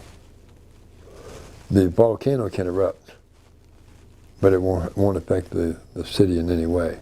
Okay, thank you for that. So you're given a tour of the city. Given a tour of the city. Adama knows your father. He knows my father. And as I was getting off the shuttle, Bonnie was getting on the shuttle. Who's Bonnie? Bonnie is the daughter of Adama, Shangri-La ducks. Okay, that's... Shangri-La. Okay, so... Princess Shangri-La. Well, you mentioned having two names. So there's Princess Shangri-La ducks. Is Bonnie her surface name? That's her surface name. Okay, I didn't know that. Bonnie Shangri-La ducks is her actual... She's actually Taylor's princess, if you want to get more technical about it. Why she decided to stay on the surface, I don't know, but she did. She's also gained some weight too. She used to be thin, now she's put on several pounds of extra weight, from what I understand. But so I took the journey. He says, Adama assigned a person with me and told me to, mentioned to them, take them to the surface. So we went up to the top of Mount Shasta. As we came up in sort of like a cylindrical tube. We stepped on it. Mm-hmm. The platform went right through this tube, right straight up to the top of the peak of the mountain. Came out, it was snow everywhere. We were in between the two top peaks. And we were standing on this platform, looking out over down the mountain into the into the town of Mount Shasta, which was very small at that time. We could see a long ways. And I said, wow, this is something. He says, yes, it is. He says, I said, well, what was the purpose of me being shown this? For information. Your superiors are going to want an explanation as to where you went. So we're going to give them what they want to a degree. You're not to tell them anything about the workings of the city. I said, well, that's none of their business. He said, you can tell them that you went to a city, underground city, but you can't tell them where it is. I said, okay. So after another couple hours of walking through the city and experiencing some of the stuff in there, and ate some of the food there, that was pretty good. The fruits were huge in size. They handed me a strawberry, which was like that big around, huge, pretty good size, about the size of a nice honeydew melon. But it was real sweet tasting, sweeter than anything you taste on the surface. I asked him, well, I said, are you all vegetarian? They said, well, fruitarianism and also breatharianism.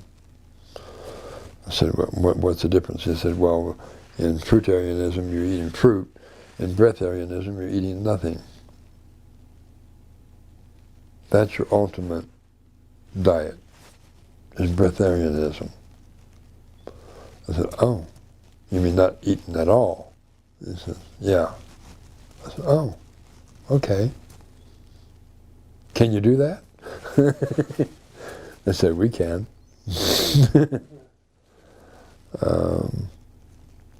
So I said, okay. I said, no, you know my father. Obviously my father is from here? No, your father's from the Hollow Earth. Can I go there? In time you will. Okay, I'll stop you a second. So this is a good opportunity to get this question answered, and I've asked a lot of people this question. Yes. What's the difference between inner earth and hollow earth? Ah, okay. Inner Earth has to do with the subterranean cities in the Earth's crust. That's inner Earth. Hollow Earth is inside the shell, on the inside portion of the shell, where the central sun is hovering in the center. That's hollow Earth. Inner Earth is your subterranean cities, such as Agartha, and the lesser city of Shamballa. There's a greater city located in the hollow Earth itself called it's a greater city of Shambhala. And then in the Earth's crust you have the lesser city of Shambhala, which is a crystalline city. So that's the difference between them. A lot of people are saying, well, inner Earth is hollow Earth. Some people believe that that's the way it is. But in actuality, it's not. Hollow Earth is where the central sun shines on the inside of the Earth's shell. Inner Earth is your caverns, your different civilizations within the crust of the Earth. I had expected as much, so thank you for clarifying that. And going hand in hand with that question, because there's so much, if you want to call it mythology or stories or what have you about what does it take to get to these underground cities, being invited in, especially in the case of Telos. Yes. And even you've mentioned your mind has to be right and then to be invited in. Yes. The question then becomes, well, what's the difference between 3D, 4D, and 5D? 3D is your three-dimensional world as you've been accustomed to. Fourth dimensional is a rise in vibration and understanding and realizing who you are. Fifth dimension is even a higher degree. However, it's also a change in physical form. That's where your body becomes translucent and your body becomes impervious to harm. Literally. Your body takes on a very immortal form.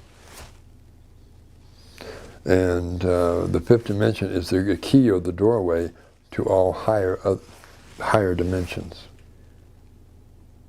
Do we have fifth dimensional life on inner Earth and hollow Earth now?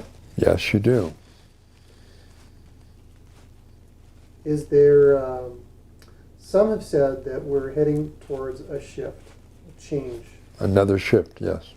Is this a dimensional shift? It's a dimensional shift as well as a physical shift.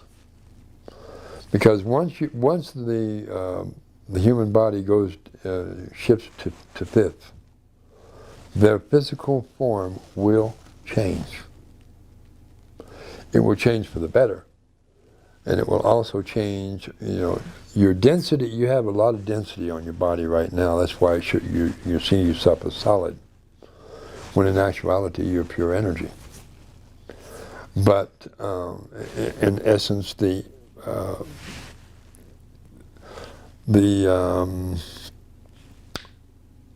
energy of the fifth dimensional body is more of like a translucent body. You can see through it, but it's also solid. But it doesn't have the density that your Earth body has now. Each day you wake up, since the beginning of January 2006, ever since that time period, when the shift, the third to fourth dimension shift took place, from that point on, your density is starting to shed off your bodies. Every day you wake up, you feel lighter and more energized and more enlightened. A lot of, since January 2006, a lot of babies that are being born, they're being born very intelligent. I mean, extremely higher than their predecessors. Why? Because they are getting ready for the shift to fifth dimension. Is that coming soon? Yeah. When's it coming? Well, I'm not going to give a date. I'm not going to give a time because that wouldn't be wrong. I'll just say this very soon. Very soon? Very soon. Okay. Moving on. So, I'm saying, well, what Zora has been bringing out and what we've been talking about in conference calls is a gathering. Gathering's supposed to take place before the end of this year, sometime. Doesn't say when, exact date. gathering of what? Gathering of, see, your DNA has a code in it, and when that code is activated, then at that point in time, point in existence, you're going to go one of three places. You're going to either go into hollow earth, inner earth, or off-world. The purpose for this is because Earth has to re-terraform. And it will be expanding as well. And that expansion is going to entail some major seismic activity. So the way that the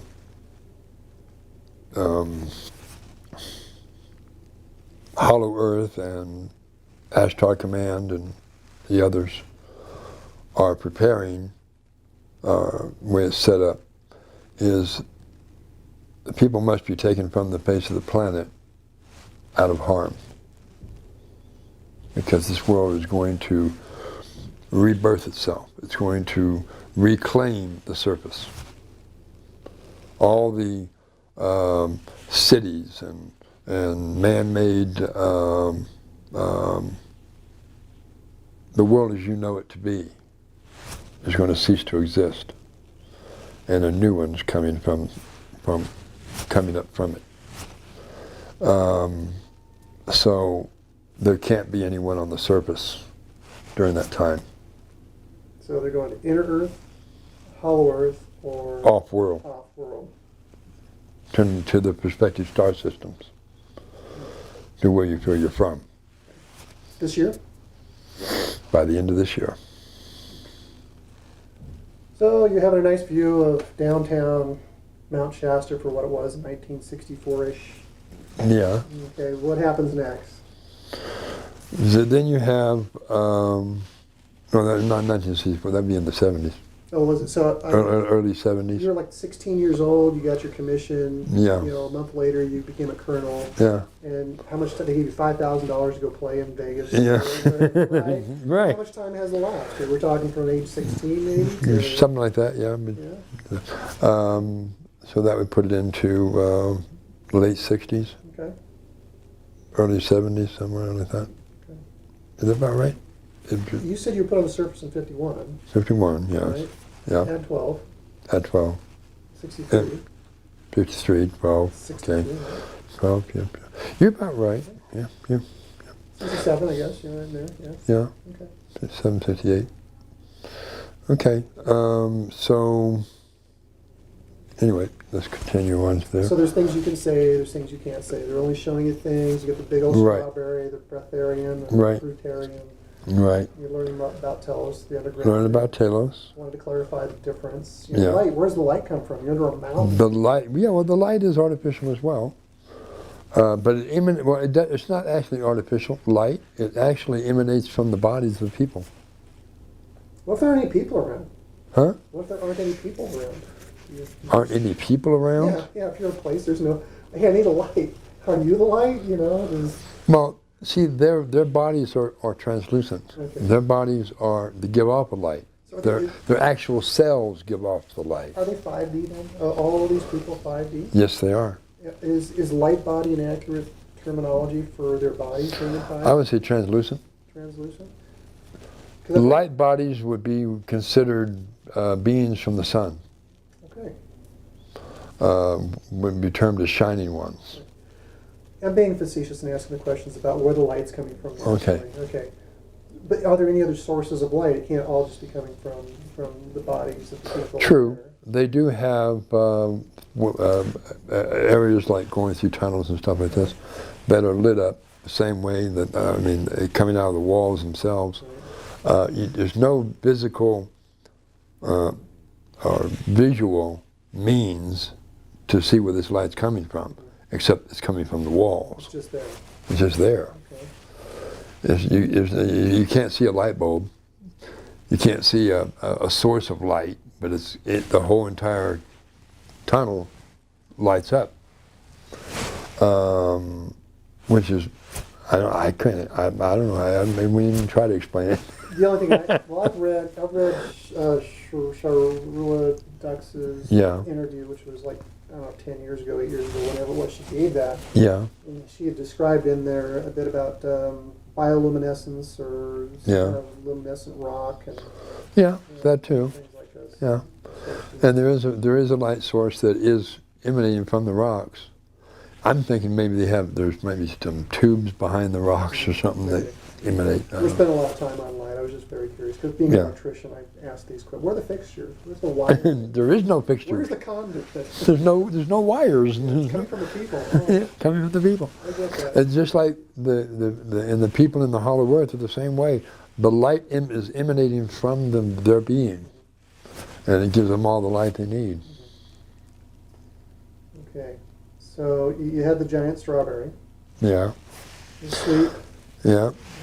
Yeah, and I was able to rest, and it was wonderful to rest and sleep in the gardens because they're so peaceful. There again, we saw different types of animals, very large. Some. Any T-Rexes roaming about? No, not in Talos. No. We did see some extremely large. What we term as a mole. You know what a mole is? Sure. A very large mole, about 12 and a half feet long. Wow, that's a big mole. That's a big mole. And do they have lawns in Telos? Lawns? Yeah, of course. Grass and. Of course they do. Don't the moles kind of mess up the lawn? No. This particular type of mole was making tunnels, yes, but in the earth itself. And when it burrowed a hole, when you walk into that where it had burrowed, you'd walk into a tunnel. This is how big this tunnel was. You walk into this tunnel and here's this creature digging into the. Anyway. But sounds messy. It could be, lots of dirt. How many of these moles they have down there? I only saw one myself. Well, it's probably good. Maybe one is all they need. Okay. I think I better shut up and let my father come in now. Where you're from first. What's your origin? Okay, so we can speed it up a bit. Yeah. So you're there. You had to go back. Yeah, I had to go back. When I went back, got back in the shuttle. Got back in the shuttle. A few moments later, we're back at the area 27. 27th level shuttle station. I step off, and of course I'm debriefed right away. Sure. I said, "What did you see?"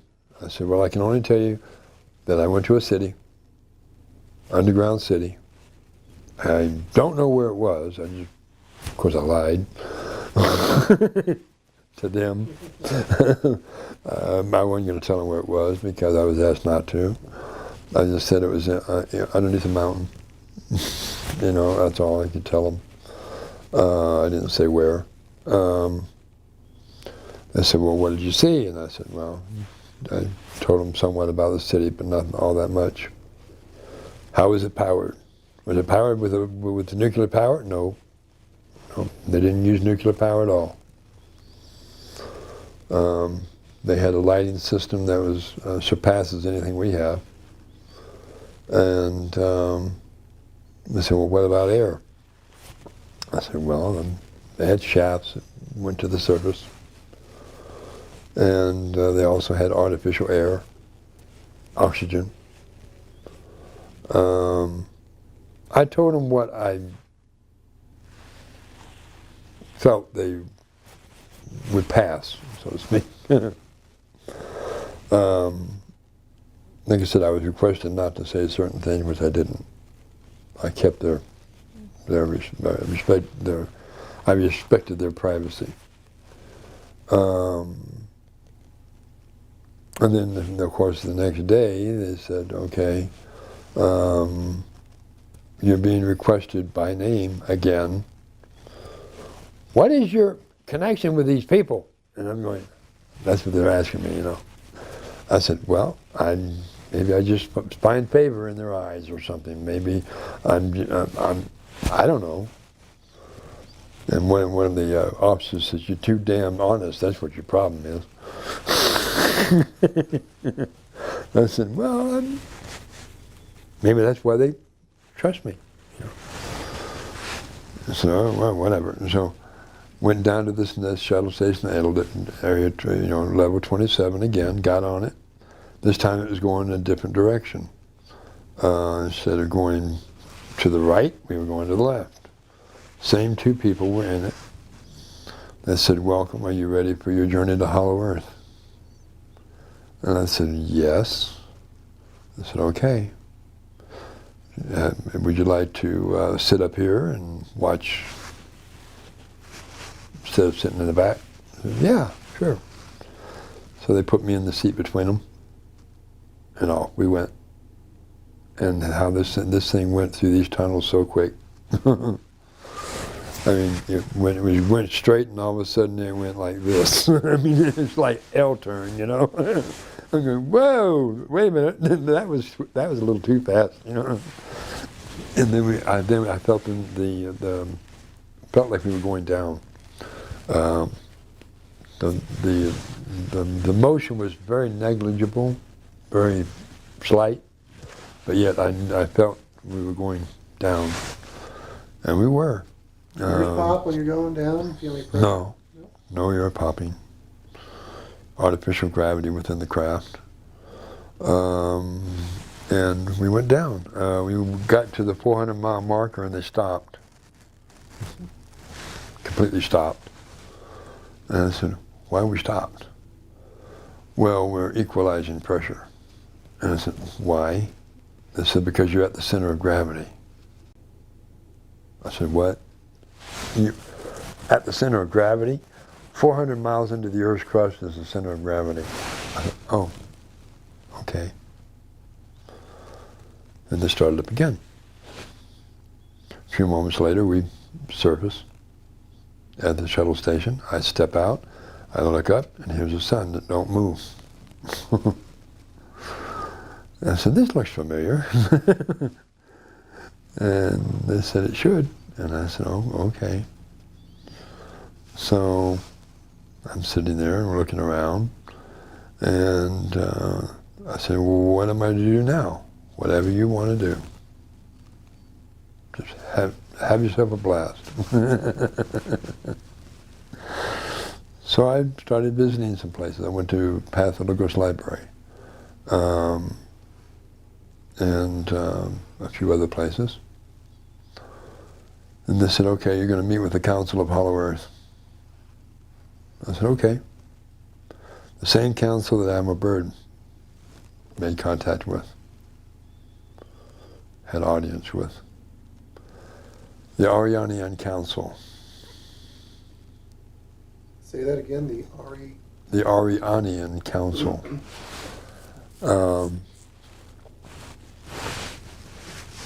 There's one person on the council. He was considered the master of the world, and He looked young, but yet I knew he was ancient, and so I met with him, talked with him. He asked me about Area 51 and what progression they have gotten to. Progression in what? science, technology. I said, well, they're still tampering with nuclear power. And he says they shouldn't be doing that. I said, well, yeah, I agree with you there. They shouldn't be doing that. But they're doing it. It's something that they're doing. They're not about to relinquish that kind of power. At least not yet. And they said, yes, we know. I said, okay. You want to know, what else you want to know? I said, well, whatever you want to tell us. And I told them everything, all about my duty station, what I do, what I've been doing. And they said, okay.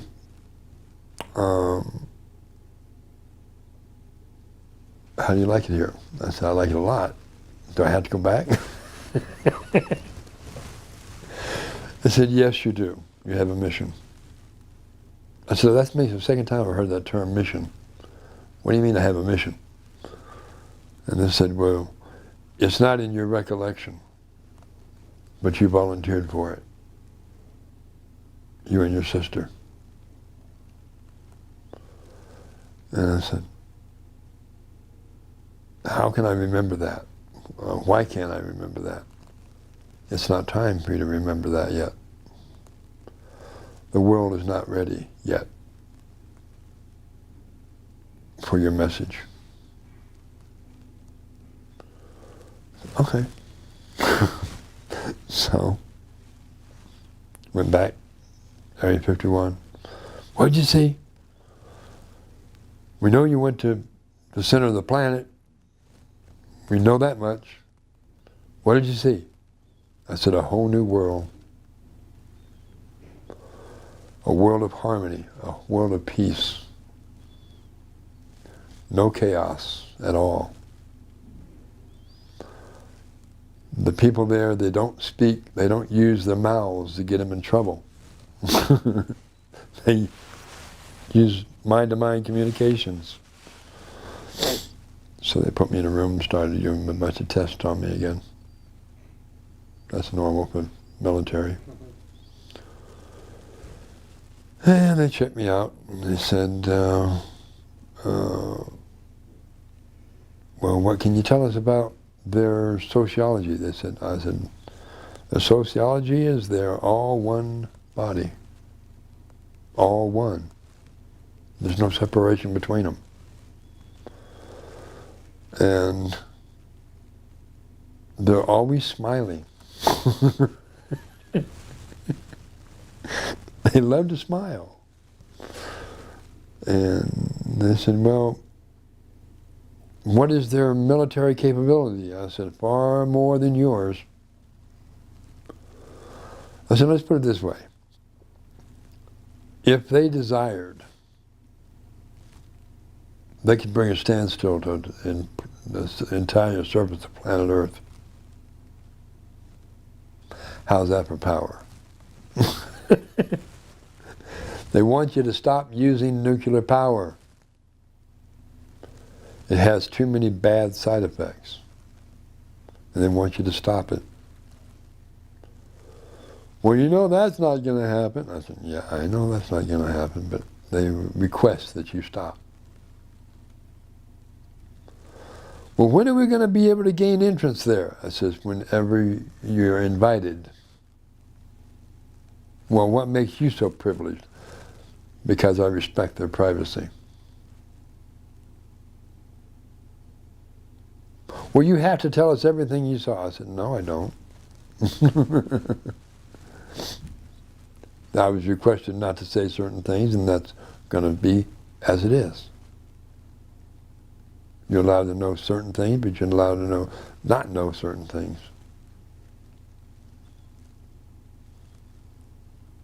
Well, we order you to tell. You can order me all you want. I'm only allowed to say certain things. Just like under your command, I'm also only allowed to say certain things. So respect their privacy. Just as they're respecting yours.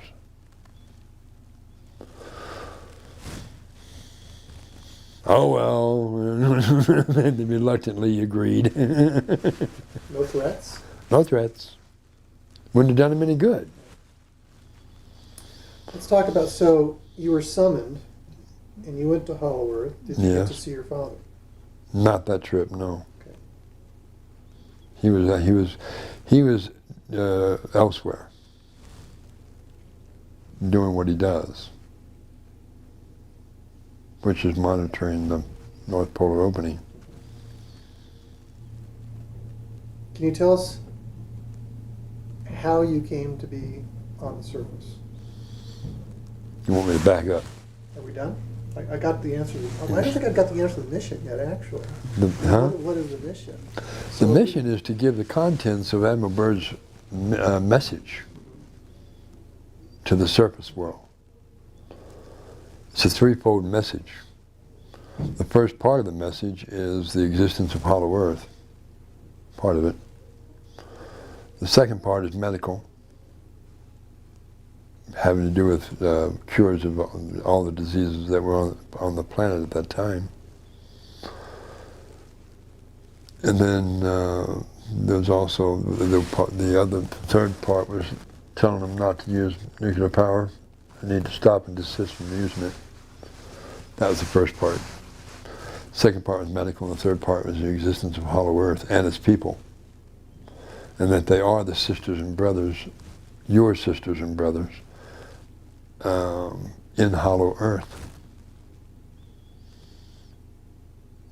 If that message could have been given out back in 1947, when it was suggested for it to be given out, we wouldn't have been going through what we've been going through. The world would be a lot different place had that been able to been gotten out. But that was the mission that we volunteered for.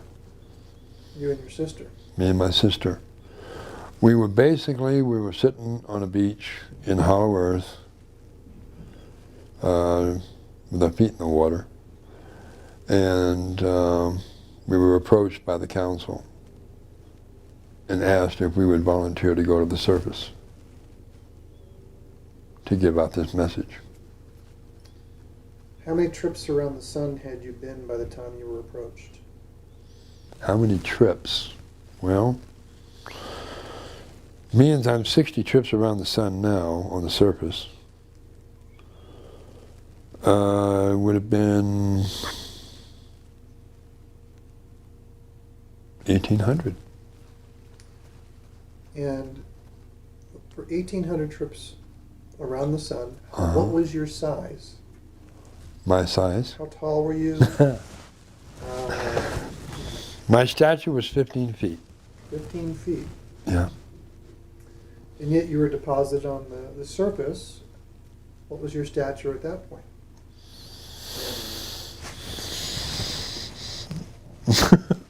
About that tall. And surface age? Equivalent age, like 18, whatever, 100 cycles or whatever, trips around the sun. Right. Now you go from 15 feet to toddler height. Toddler height. Right. And you had to have been adopted, as you say. Adopted. Okay, you were adopted.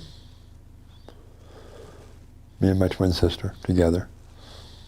At 15 feet in Hollow Earth, were you 5D? Yeah, of course. And you get deposited on the surface, you're no longer 5D? Nope. My mind is, but my body's not. What is the process of being deposited on the surface? Well, how it transpired after we went through our shrinking back down to the size we were going to be, we were brought up by airship, deposited in the city park in Wichita Falls, Texas. We were wrapped in a blanket, put in a dumpster on top of the garbage, and to be found by the city park maintenance people, and a police woman.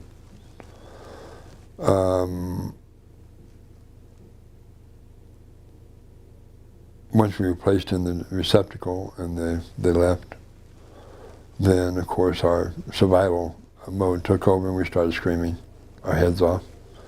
And we were heard by the city park maintenance worker and also a police woman that saw us, they opened up the dumpster and saw us, took us out of it, and turned us over to Child Protective Services in Wichita Falls, Texas. When the policewoman picked us up, picked both of us up, her body started tingling, and she put us down because she didn't want to drop us. And what had transpired when she picked us up was that she had had a issue with her body. I think she had breast cancer or something like that. And when she picked us up, she was instantly healed from just picking us up.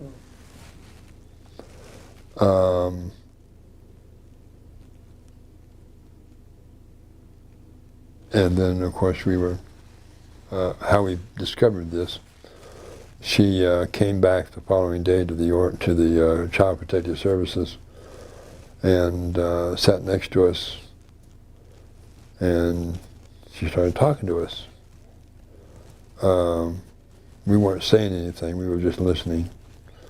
But she told us what had happened after she had picked us up. She says, "I feel you two are very special. I don't know if you understand what I'm saying, but I feel I should tell you this." And she told us what happened. That she had after she picked us up and brought us to the Child Protective Services, she went to see her doctor, who had diagnosed her before with cancer. And she explained to us that when she had him check herself out again, she no longer had it. Her body was completely clean of cancer, which the doctors just didn't register. She said, "I wish that I could adopt you, but I'm not married. And I feel you're going to be adopted by a loving family." Unfortunately, that wasn't the case. But and me and my sister looked at her and just nodded, that we acknowledged that we understood what she was saying.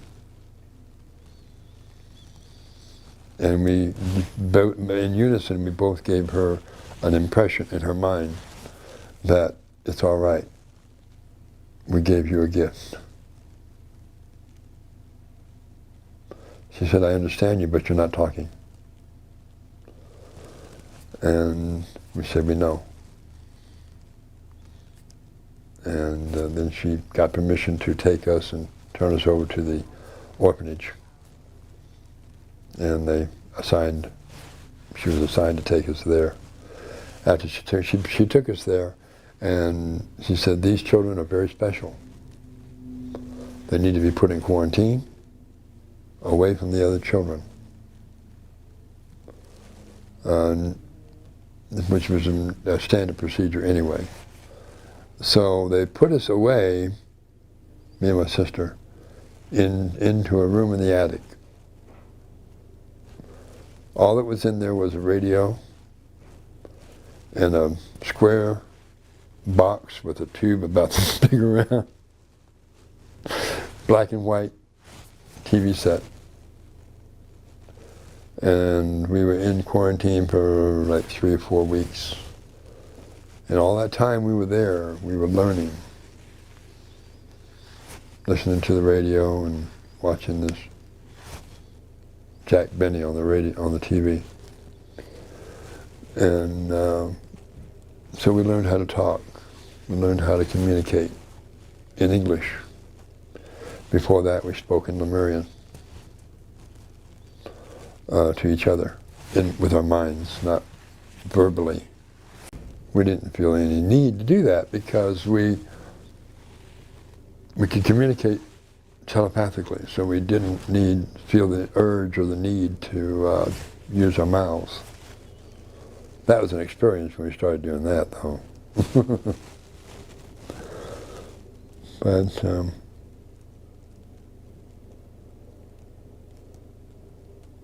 it was kind of hard to start talking. We saw how easy it was for other people, but when we started to talk ourselves, it seemed foreign. Something that was not normally, well, in the Hollow Earth is not done, hardly. But it was hard to form words. We had to learn how. And we did that in the privacy of that room that we were in. And then shortly after that, we were in the common room, they call it, and radio broadcasts come across the airways talking about a missing child in Yellowstone Park. And me and my sister were sitting there. We closed our eyes and we visualized where this child was. We wrote it down on a pad and pencil. They gave us a pad and paper because they thought we were deaf and dumb, couldn't talk, because we weren't talking. We wrote down the location of the child and we gave it to one of the staff members. They immediately called Yellowstone Park and told them where this child could be found. They said, "How do you know this? We have a couple children here that have extraordinary senses." And they told us where this child was. So they checked it out, and they found the child. It was a Native American ranger that got in the helicopter and took off to the location where this child was. 5 miles from the search area. They were trying to figure out how this child got 5 miles from this out of the search area. And the Native American ranger walked into the cave, Bear Rock Cave. As he walked into the cave, he saw a female Sasquatch nursing the child. He walked in, the Sasquatch saw the Native American ranger, picked the child up, carried it over to him, and put it in his arms. Turned around, walked back, sat next to the fire. He brought the child back to the search area, and it made headlines for that. Interesting. I didn't expect Sasquatch to come out in this story. I really didn't. Sasquatch is real. Yeah, oh yeah. But it's actually called a Shatus. It's not called a Sasquatch. Shatus. Prefers the term of Shatus. The Bigfoot or Sasquatch or Shatus is the original, the real people that were on the earth before the advent of man, or the white race. Native Americans were around, the dark-skinned people were around, but the white race were planted on the surface from other places, other star systems.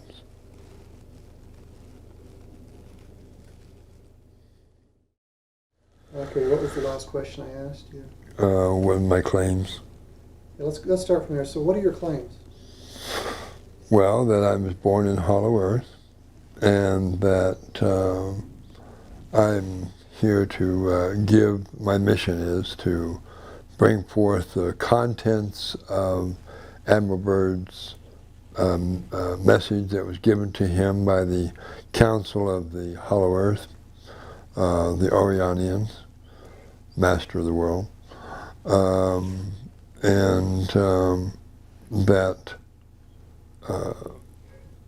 the people of Hollow Earth are your sisters and brothers that love you dearly, that are very concerned for your welfare, and they're now preparing to come to the surface. The Agarthians are already on the surface, and they're doing their work quite diligently. And the work they're doing is to clear up the atmosphere, clear up your air quality, cleanse the pollutions that are in your oceans, clear up the oil that's in the Gulf of Mexico, and the poisons that it's producing. Also, another claim is that the Earth is about to go through a physical change as well as higher dimensional change, and this will be taking place before the end of this year.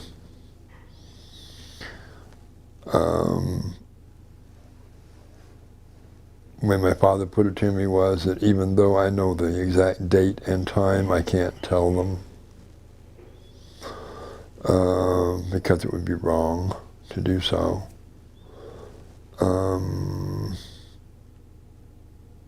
And that they're God, and they are the creator.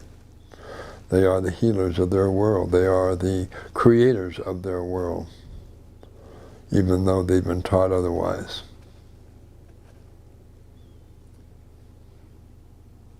You're asking me about the headbands. I will get to that in a moment. I want to talk to you about your DD-214.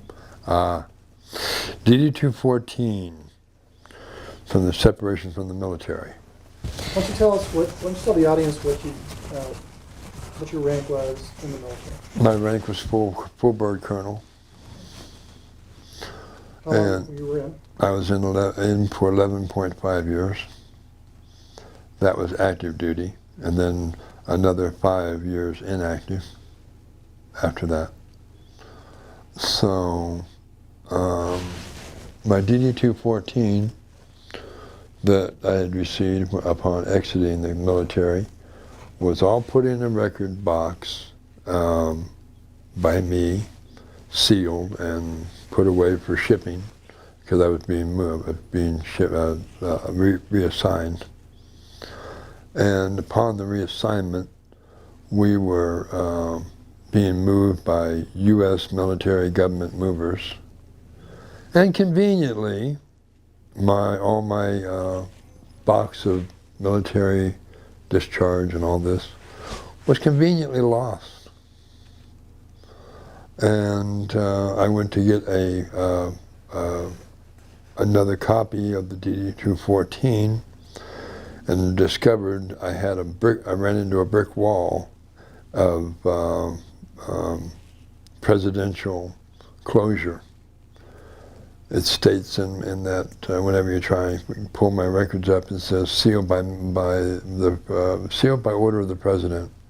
So if a person who has the capability of authority, if you will, of requesting a copy of a DD-214, be it you or some other agency, what they're going to get back is a message that your record has been sealed. Most likely. The last time I attempted to get one, that's what I ran into. Okay. Why don't you tell us about your headband? The headband is a combination of copper, quartz crystal, and gold. Gold is used because it gives a higher vibration, a higher frequency. Initially, the initial band was designed using a silver disc, which does the same thing, but it doesn't do it as fast. It takes a little more time. But it does work. It does definitely change your outlook, changes your, it works on your immune system, it works on your focus, it works on your clarity. It is an intergalactic communication device for communicating intergalactically. And it works, of which you are quite familiar with. Yes, I did try it on, and I went on a nice little trip. Thank you very much. Okay, I'm going to ask you a couple closing questions, and then we'll get on to Zora. Okay. What is the legacy you want to leave behind? The legacy I want to leave behind. That I was able to give out the information required for my mission, to let people know that they're not limited beings, that they are gods, that they are healers. From the smallest child to the eldest of elders are healers on this planet. You're not limited, you only limit yourself. You are immortal, in essence. You have the capability, it's even told of in your Bible, that you have the power of the gods. And it was foretold in the Old Testament when God said, let us make man in our image, in our likeness, and with our powers and abilities. You won't find that in any American Standard Bible or King James Bible, but it's in the original Dead Sea Scrolls. So that tells you right there you're God. And it's not mentioned in the Bible because they don't want you to know that.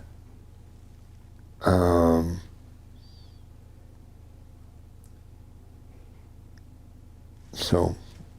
What is channeling? What is channeling? Well, in most cases, the channels that I have experienced, they sit in a chair and they talk and give a bunch of information. But they don't get up and walk around. They don't interact. That's been my experience with channelers.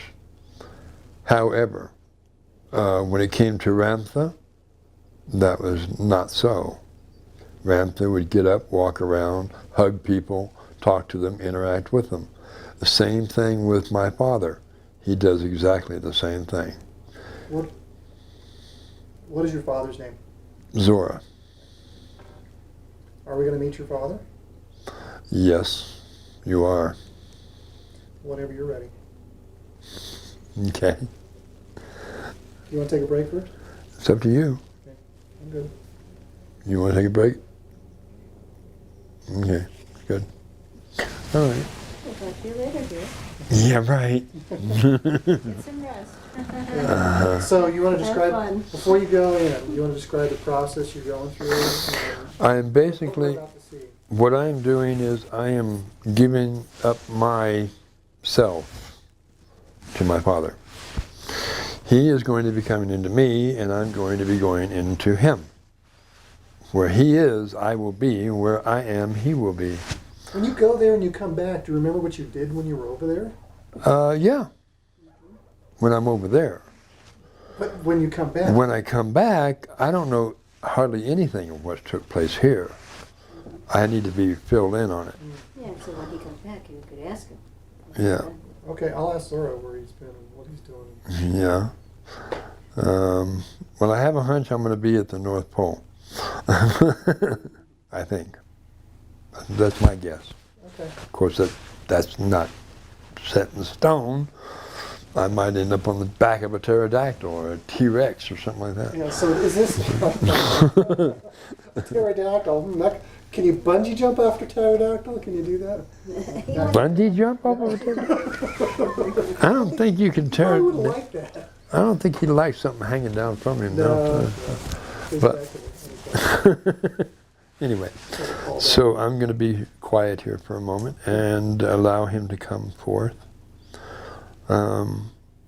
I do go through a change. My breathing gets heavier, I'm sure, and my countenance changes. I start talking with an accent, which I don't normally do, but yet there it is. Well, you'll see.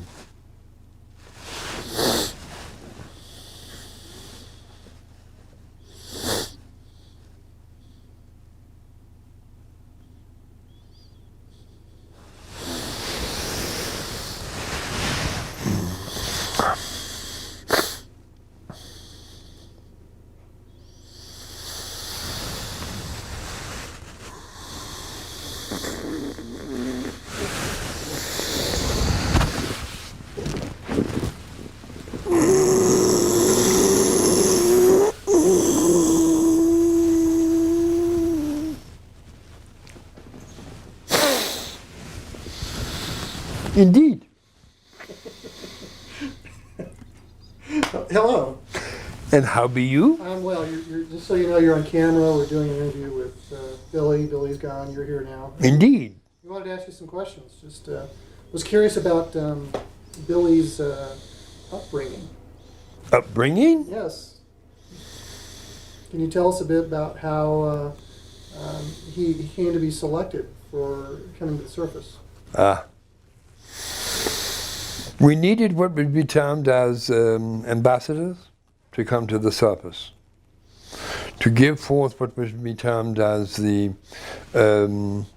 message that was given to Rear Admiral Richard Evelyn Byrd to give to the surface world, which he was prevented from doing as far as the military was concerned. And so Billy and his sister was asked to do so.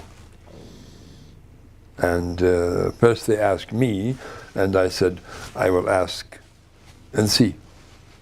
And we did. We asked them, and they agreed. I understand that the measurement of age.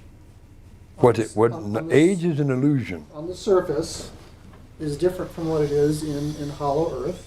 Of course. You speak of trips around the sun. Indeed. How many trips around the sun were Billy and his sister by the time that you asked them to become ambassadors? Would have been 1800 exactly. 1800 exactly. Indeed. Mm-hmm. They were twins, and they were identical. Okay. I understand they were deposited on the surface. Indeed they were. Who did that? That was done by a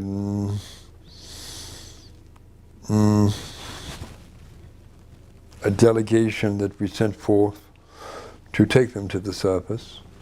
It was done by aeroship, elusive aeroship. The vessel appeared in what would be termed as over the skies of Texas. And it was in the middle of the night. And they were deposited in a city park, garbage receptacle. And also we watched over them to make sure that they were discovered, Okay. at which time the vessel that was waiting in the cloud departed. Were you there in the delegation? No, I was in doing my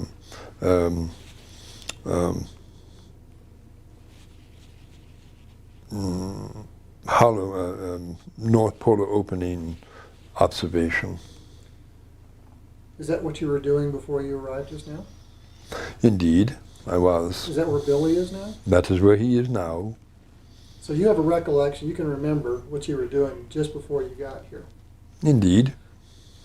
Is it ever an interruption in what you're doing when Billy calls on you? An interruption? Sure, maybe you have something that you need to finish. No, it is a joy. Yeah, okay.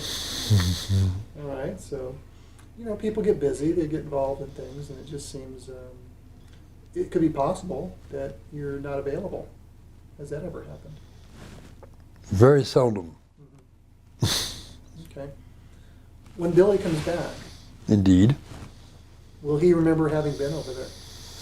Indeed. Will he remember what he was doing? Indeed. So when he comes back, I can ask him. Of course. I shall. I'll ask you a question I asked Billy. Indeed. What kind of legacy do you want to leave behind? A legacy I'm leaving behind? Yes, what kind of a legacy? I am not leaving behind a legacy. I will be continuing on. I will be speaking forth through another individual. Okay. I will not be leaving any legacy. So when you say you're speaking forth from another individual, you're talking about somebody else Channeling through them. channeling. Okay. When that person is channeling you, or you're being channeled through them, Indeed. that should be interesting to see. So I'd like to make some comparisons. So I'm just wondering, have you started this yet? Have you started being channeled through this other person? He has not agreed to do it yet. Aha. That would be Peter. Okay. Interesting. Is it a skill that anybody can do? If they give over of themselves and to allow it, then it can be done. The problem is that many peoples are very skeptical. Many peoples are very untrusting. So the object is to find someone who is ready to channel. Is there anything you wish to share with us right now, as long as I've got the camera rolling? What would you wish to know? Anything you wish to share? Billy is quite unique in that his metabolism is different than yours. Billy has what would be termed as two hearts. Billy has also what is termed as no blood type at all. His blood can be given to anyone, and it will act accordingly and sufficiently in their body. O blood type? Hmm? What did you say, O or no? No. No blood type. Well, that's interesting. Indeed, it is. Since when they give you your dog tags when you go in the military, they've got to type your blood. Mm. How does that work for him? So if he's ever injured. It was no blood type. No blood type, really. It even stated it on the dog tags. No blood type. Interesting. Unknown. Unknown. Indeed. Okay. Anything else you wish to share with us? Well, it has been pretty well covered, I believe. Okay. However, you are God. And you know this to be true. You do not feel it now, but you will in the near future. Can we look forward to a reunion? A reunion Mm-hmm. of whom? Inner Earth, Hollow Earth peoples with the surface peoples? That is the purpose for the Agarthians coming to the surface. They are preparing the way for us to come to the surface. Your surface at this time is too toxic for the Hollow Earthians to come. So is the idea for them to come to the surface? Indeed. Do they all want to come to the surface? We are, because we are your brothers and sisters, and it is time for a reunion. To reunite the family? To reunite the worlds into one united planet. Polar openings. And what about them? We have one in the north. You have one in north and one in south. The southernmost one, Antarctica. Antarctica, can't be viewed from the internet, Google Earth. The whole continent is obscured. I've read that there are some stories of the Nazis who used submarines to go underneath the continent. Are you aware of these entrances? There are no entrances in what would be termed under the continent. You do have waterways through the ice that go into the entrances of the South Polar opening. At the time of Olaf Jensen, in the book called The Smoky God, Antarctica was not as immense as it is now. There were open waterways. I can show you, if you see a map, I can show you where the waterways were. So Olaf Jensen was able to sail his sloop, sailing vessel, out through the polar opening and to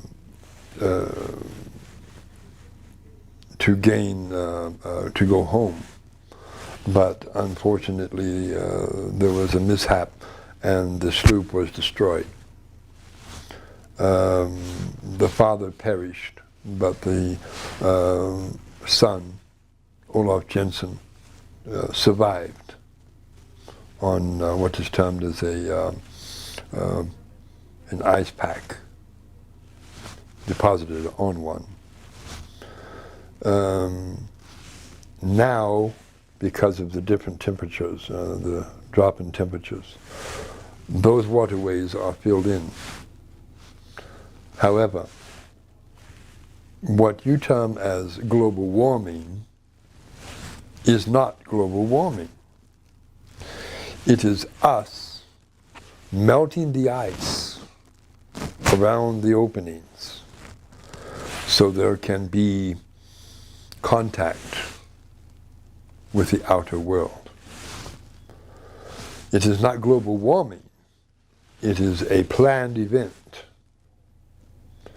We must open the waterways so you can bring your vessels, such as your cruise ships and things of this nature, into Hollow Earth.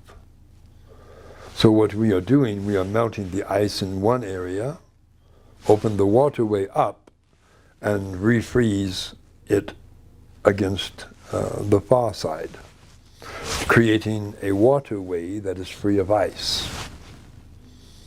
And you term it global warming. So there's no undercontinent passage to get to Hollow Earth? Not through the Antarctic, no. Is there a place in Hollow Earth called Agartha? Hollow Earth, Agartha, is, in actuality, is a subterranean city. It is located beneath the continent, or the city, or the landmass known as Tibet. To gain entrance to this Agartha, you must go through what is termed a waterfall. You go behind it. And it's not too far from the capital of Tibet. There's a waterfall. You go behind the waterfall into a cave. Goes down at a little less than a 45-degree angle, going down. You get down to the bottom, you come to a great door with a symbol on the door, the symbol of Lemuria. And you, on that symbol, you put your hand upon it, it will open for you, if your heart and mind are in the right place. That is how you gain entrance to our world. You must be emotionally, from heart, ready. Through what is termed as your mind and vibration must be at a certain level, and you will be accepted. But most people on the surface are not ready.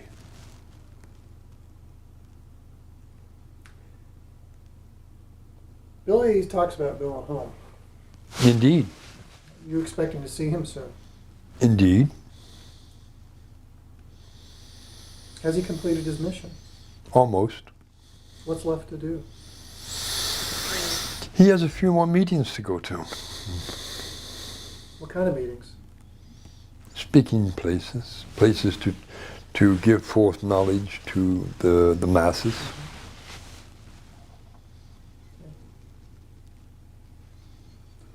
I don't have any more questions, actually. So.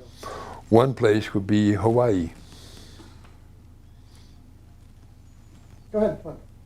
You could ask Zora, ask him to talk about himself. You've asked plenty of questions about Billy. Yeah. And what would you like to know about me? How old are you? How old am I? How many trips around the sun? Well, if you go by way of Earth years, I would be termed as 150,000 trips around the sun. And that is only in hollow Earth. Does not count before. Okay, so that implies that you haven't always been in hollow Earth. No, Where were you before? on the planet of Lemur. Lemur's a planet. Where's Lemur? You term it Numeru.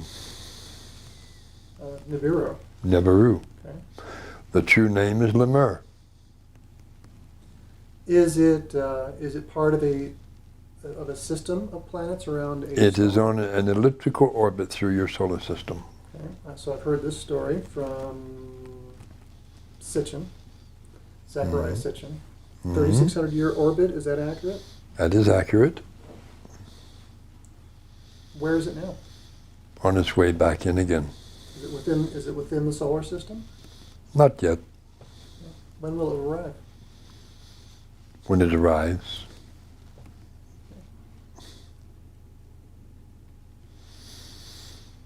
What's it like on Nibiru or Lemur? Lemur, wondrous place. It is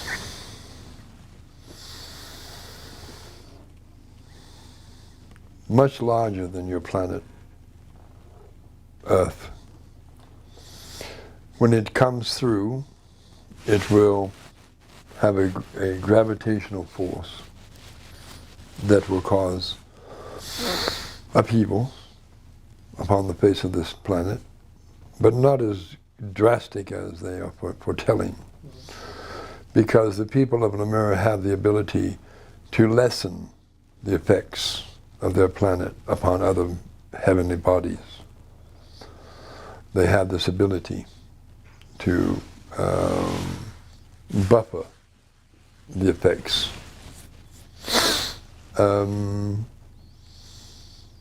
The planet is very green. There are no deserts. It has a gentle rainfall, not harsh like it is on the surface. It is a wondrous place to be. The inhabitants are quite large in height. The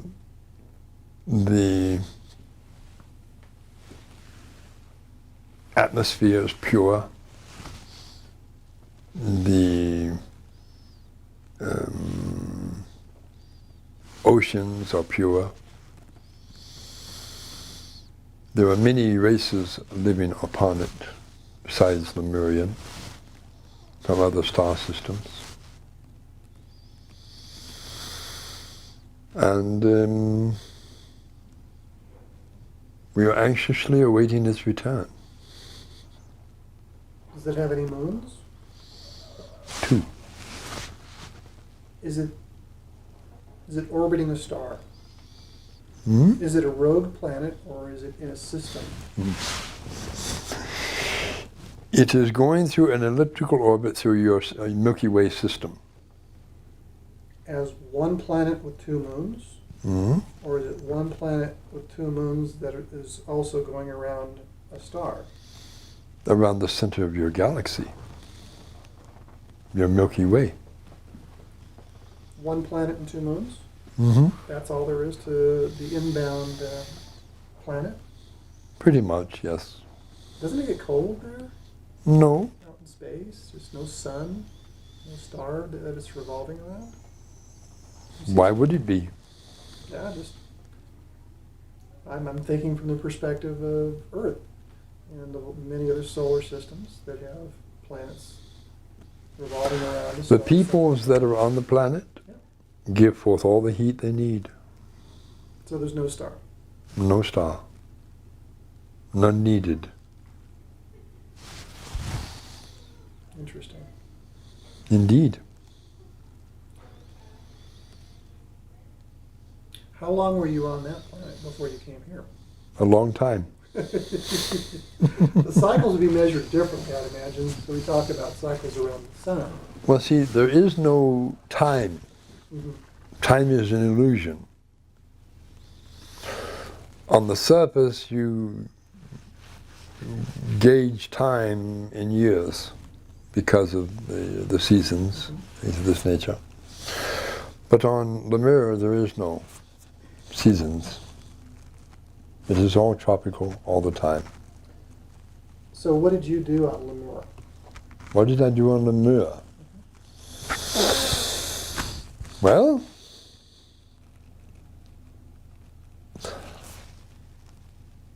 I was what is termed as a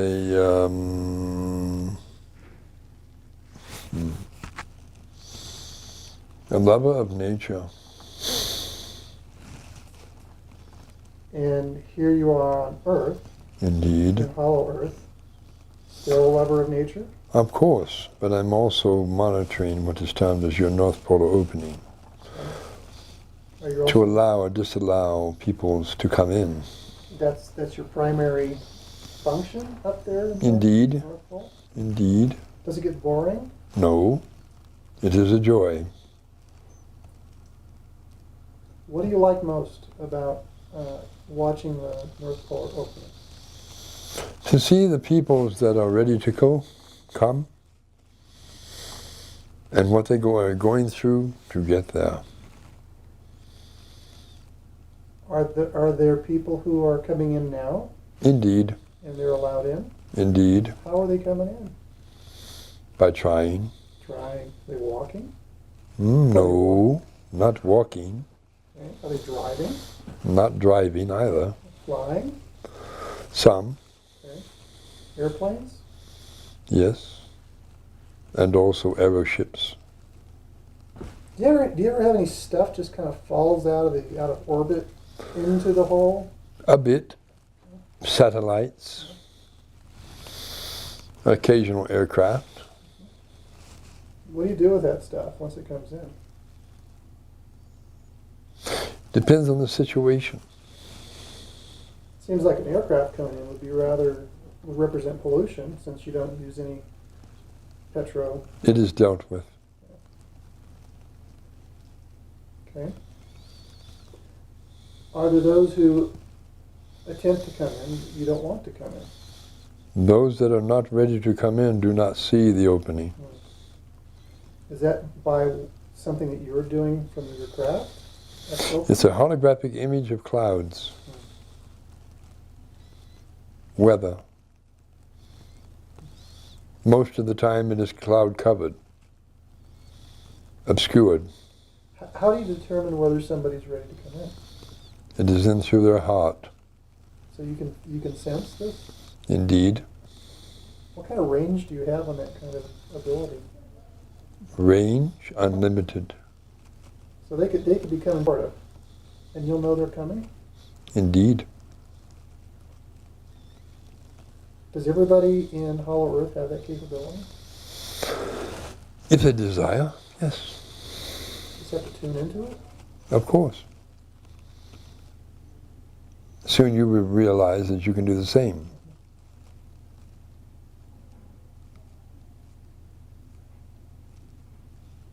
Remember, you're not limited beings. You're unlimited.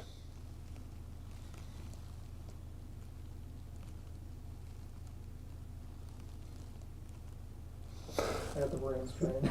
The only limitations you have are the ones you put upon yourself. Mhm.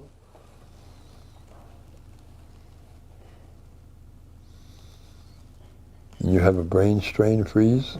Brain strain for now, just a brain strain. I've been going for a few hours, so no, I'm really right now. I can't think of anything. I've got you here. A lot of the questions seem rather petty, but Indeed. people want to know. It's the kind of thing. So when you come up with you come here and you're delivering a message, then I try to think of the kinds of things that people might ask as they're listening to the message. And these are the kinds of things I'm coming up with. So. Indeed. Yeah. I've got nothing else. I'm at that point. I've hit the wall. You hit the wall. I've hit the wall. I just look in my book. I don't know what else to ask. Oh my goodness. I find that quite a lot. Yeah. You get many people wanting to ask questions, but when it comes down to asking the questions, they lose it. Yeah, but I've been talking to Billy for a couple of hours too. Indeed. You Yeah. could talk about Hollow Earth. Yeah. What Hollow Earth is like and life is. What is life like? What is life like in Hollow Earth? And with the children, what do they do?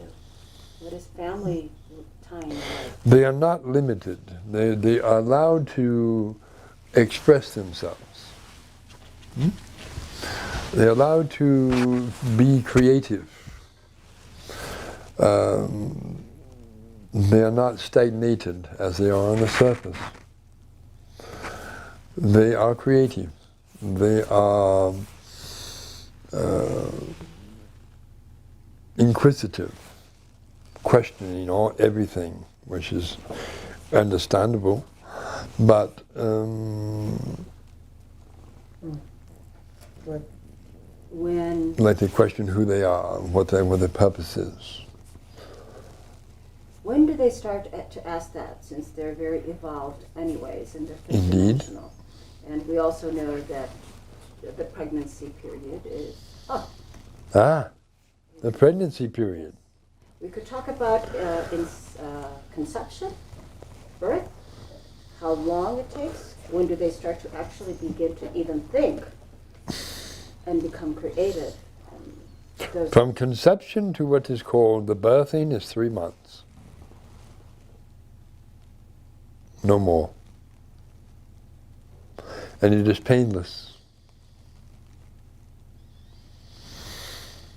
There is no pain. Because pain is a negative, and there is no negativity.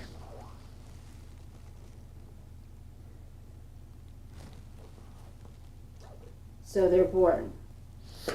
Indeed. Natural childbirth Of course. Actually in the ocean. in the ocean. In the Arctic Ocean. No, in the ocean in what is termed the Hollow Earth. Well, that's sort of a hole. It is tropical. It made sense. It is tropical. Okay.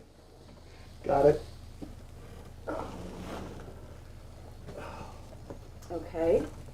And then, of course, now in here, people, children are usually, when they're born, they drink milk. So in Hollow Earth, are they also breastfed or given milk and fruit, or how are they? Given fruit, not milk. Milk. No. Sound like you knew the answer to that question. No, I didn't. No? They're not breastfed? What? Yeah. No? Not breastfed. No. They are giving a solution that is a mixture of fruits, soft. As babies. As babies, indeed. They should do the same on the surface, but they do not. So when do they really start to develop as far as where they can begin to read and write? Right away. Right away. Right away. Indeed. A child is born, Mm-hmm. and when are they going to be able to read and write? They will begin to reading and writing is not necessary Oh, correct. because of the telepathy. And they do that as soon as they're born. Yes, upon birth, and even before. Correct. How does the learning process work if there's no writing? We have what is called the Pathologos Library. Say that again a little slower for me, please. The Pathologos Library. Pathologos Library. It's located beneath the Aegean Sea in Hollow Earth. It is where the people go to learn, but it is a different learning. It is an experience learning, and actually being at the event. You can learn much more by being in an event instead of reading about it. This is interesting. I just read about a guy who had an experience where he was given a choice of what he wanted to learn, and he was interested in some ancient warfare or something like this. I can't remember what it was. It was Alexander the Great, I think. And they put him in front of the screen and they let him see it, smell it, feel it, experience it, And touch it. as though you were there. Indeed. Yep. And that is the way it is in Pathologos Library. Say you wanted to experience what would be termed as the sinking of the Titanic. You are there, on the ship, experiencing it.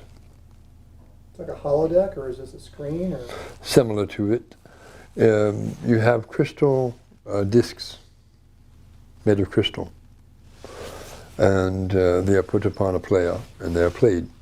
And it is as if it becomes a reality to you. You are there. You intermingle and intertalk with the people there, or with another star system. The birthing of a world.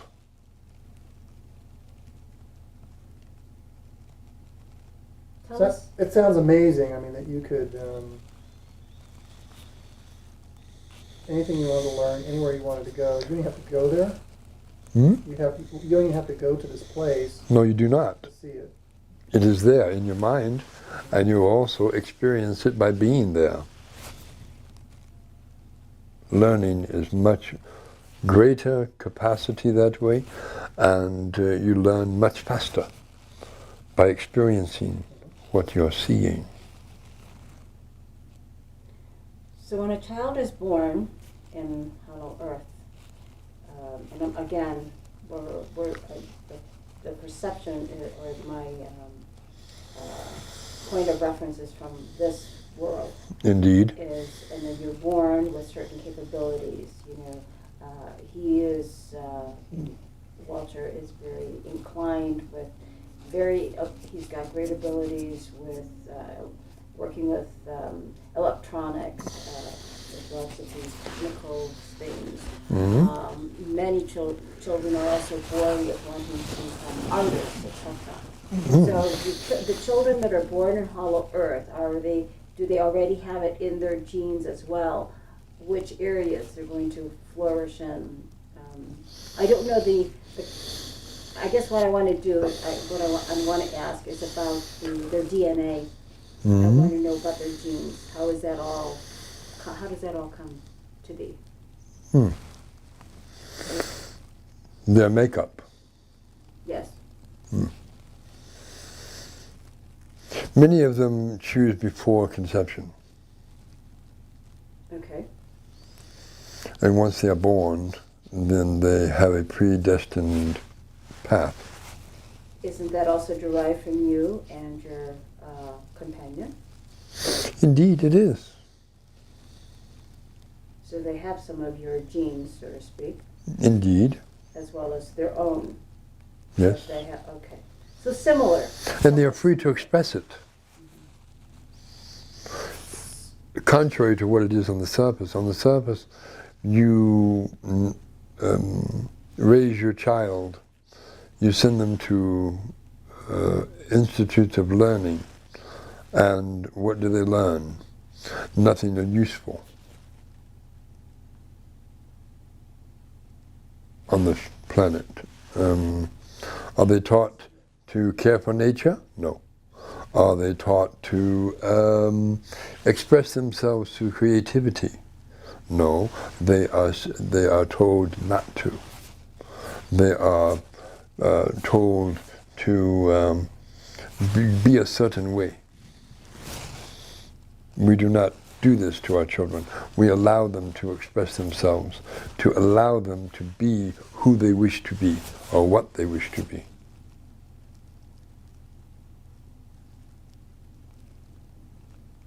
Okay. Which is what they should do on the surface, but they do not. And then your peoples, which is termed as your military government, issue things such as mandatory inoculations, which also hinder the development of the child. It takes away their ability of creation. It takes away their ability to be independent, to be free, to be expressive, to be creative, to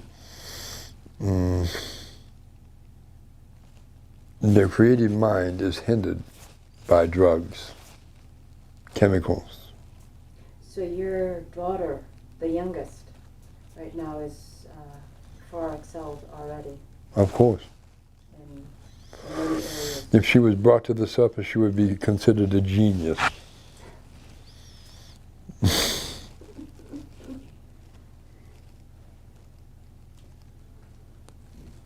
Thank you for coming. Indeed. Appreciate you taking the time. Do you have any other questions? Thank you, Walter. I'm spent. He's I'm done. Walter. I'm sorry, I'm done. I've got nothing left. Oh, Sarah has such wonderful Yeah. knowledge. I have that effect upon peoples. No. Not you. You could stay for as long as you like. Indeed. I know. Anyway. Anyhow, well, there was one other kind of theme thing in here that was, and Billy's already kind of talked about this 3 different ways, I think. What is this? This has to do with, and we touched on it a little bit, is, what does it take to get into Hollow Earth? And don't answer yet. I want to make sure I phrase this right.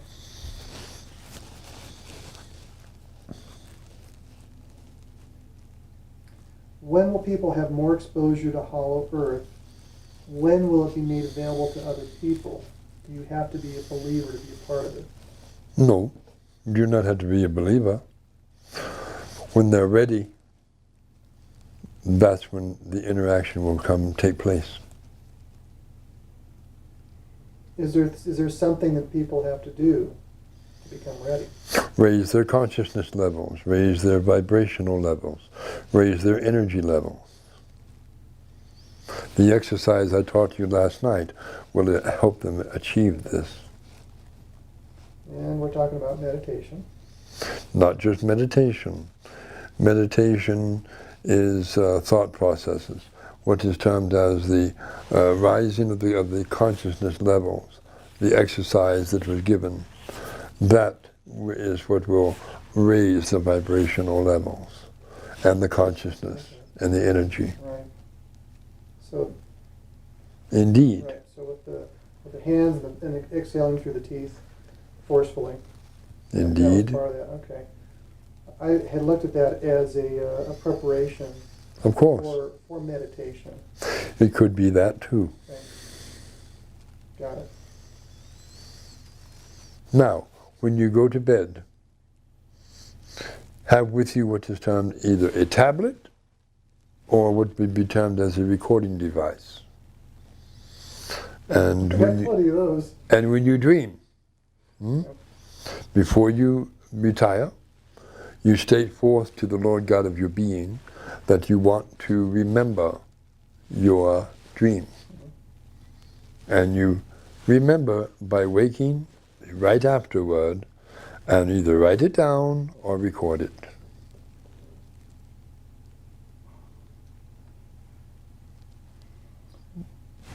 So why is it important to record your dreams?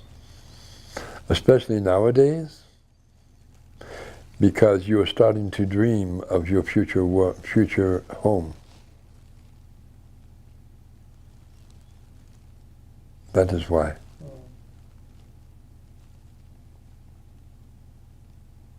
Interesting. That is what your dreams were about last night. I don't remember my dreams last night. That is what I'm saying. Before you retire, Yes. Yeah. He's telling me what my dreams are now. What, dude, can you tell me what I dreamt last night? Because I can't tell you. he can say anything, really, right now. in course, I could say anything, and you would either believe it or not believe it. You dreamed of hurtling camels and... Sorry. No, you dreamed of going to Hollow Earth. Yeah. That's what you dreamed. I remember it. It will come to you. Okay. I dream of other cool stuff, but I don't remember that. Well, if your desire is strong enough, you will remember your dream. Yeah. Well, I was telling Billy this morning that dreams are more easily remembered if right after you wake up and you focus on them. You think that, and Indeed, that's when you can do this. Yes. But you can also wake up in the middle of the night and record it. What you dreamed. Yeah, I've heard people having exercises where they'll set like a little timer. Go off like every half hour. Kind of wake them up so they can write down. You have what inside you. You have what would be termed as an internal clock, and you can set it for whatever time you wish to arise. You can do this with waking in the morning. Instead of waking up at 9 o'clock, you could wake up at 7 or whatever by setting your internal clock. And I can do that, but since Hollow Earth doesn't have time, you guys really don't need alarm clocks, do you? Of course not. And time is an illusion as well. Do you rest? Do we rest? No, do you rest? That was what I said. Do we rest? Singular, plural. I get it. Bring it. Indeed. At times we rest, yes. Okay. Well, there's the collective we. Billy talked about all one. And yet you have individually bodies. But we are still one. Okay. But there's still individual bodies. No? Of course, but you are still one with a single mind. Okay. There's a physical body? Of course. Okay. There's multiple physical bodies? Mentally connected as one? Okay. So the individual bodies can choose whether to eat or not, whether to sleep or not? Of course. Okay. I'm asking Zora, your individual body, do you sleep? At times, yes. Do you eat? Of course. Have you heard the term breatharian? Indeed. Is this something that you want, that you are? Can be. The other choice is fruitarian. No meat eaters down there? No. No. You do not eat what you talk to. Well, let's see. You can talk to the plants. Indeed. Well, do you eat that? Okay. Indeed. But I'm speaking of what you talk with through telepathy. Anything with a face, you leave alone. Okay. We do not eat fish because fish we communicate with. So what about singing orchids? All our plants sing. Do the strawberries sing? Do strawberries sing? The plants do, yes. The fruit doesn't? The fruit is for nourishment. Okay. Are there bees in Hollow Earth? About that big. How large are the strawberry blossoms? Strawberry blossom? Yeah. The plant's got to have a flower. The bee's got to pollinate the flower. Mm. Flower becomes fruit. Big. Bigger. You Big. got blossoms that are this big. Of course. Is there a real estate problem down there where people Real live? estate problem. Well, think about it. You have these ginormous plants. You know, one strawberry, is that enough to feed a family of 4? You know. Remember how tall they are. Remember how tall we are. Okay. All right. You're 15 feet, was it? Or was it meters? I forget. Feet. Feet. Okay, 15 feet tall. So you're twice my height. More than twice my height. And still a strawberry this big is still going to be, per person, 15 feet tall. You know, scaling, that's a big strawberry. Indeed. Do you have strawberry seed spitting contests? We have watermelon seed contests. Spitting contests. You spit the watermelon seeds No. to see how far they'll go. Yeah, I'm being facetious. I know you're being facetious. I had asked Billy to describe what the houses were like and what his room looked like. Ah, Perhaps maybe you could tell us a scenario you get up. his room? Yes. Billy's room is round, of course. It circles within a circle. Mm-hmm. You have your home, which is the circle, and then you have your rooms that are circular as well, inside the circle. There is no corners for dust to settle.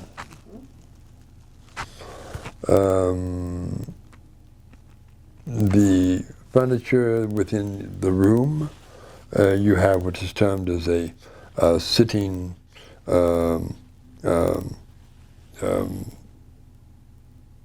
device.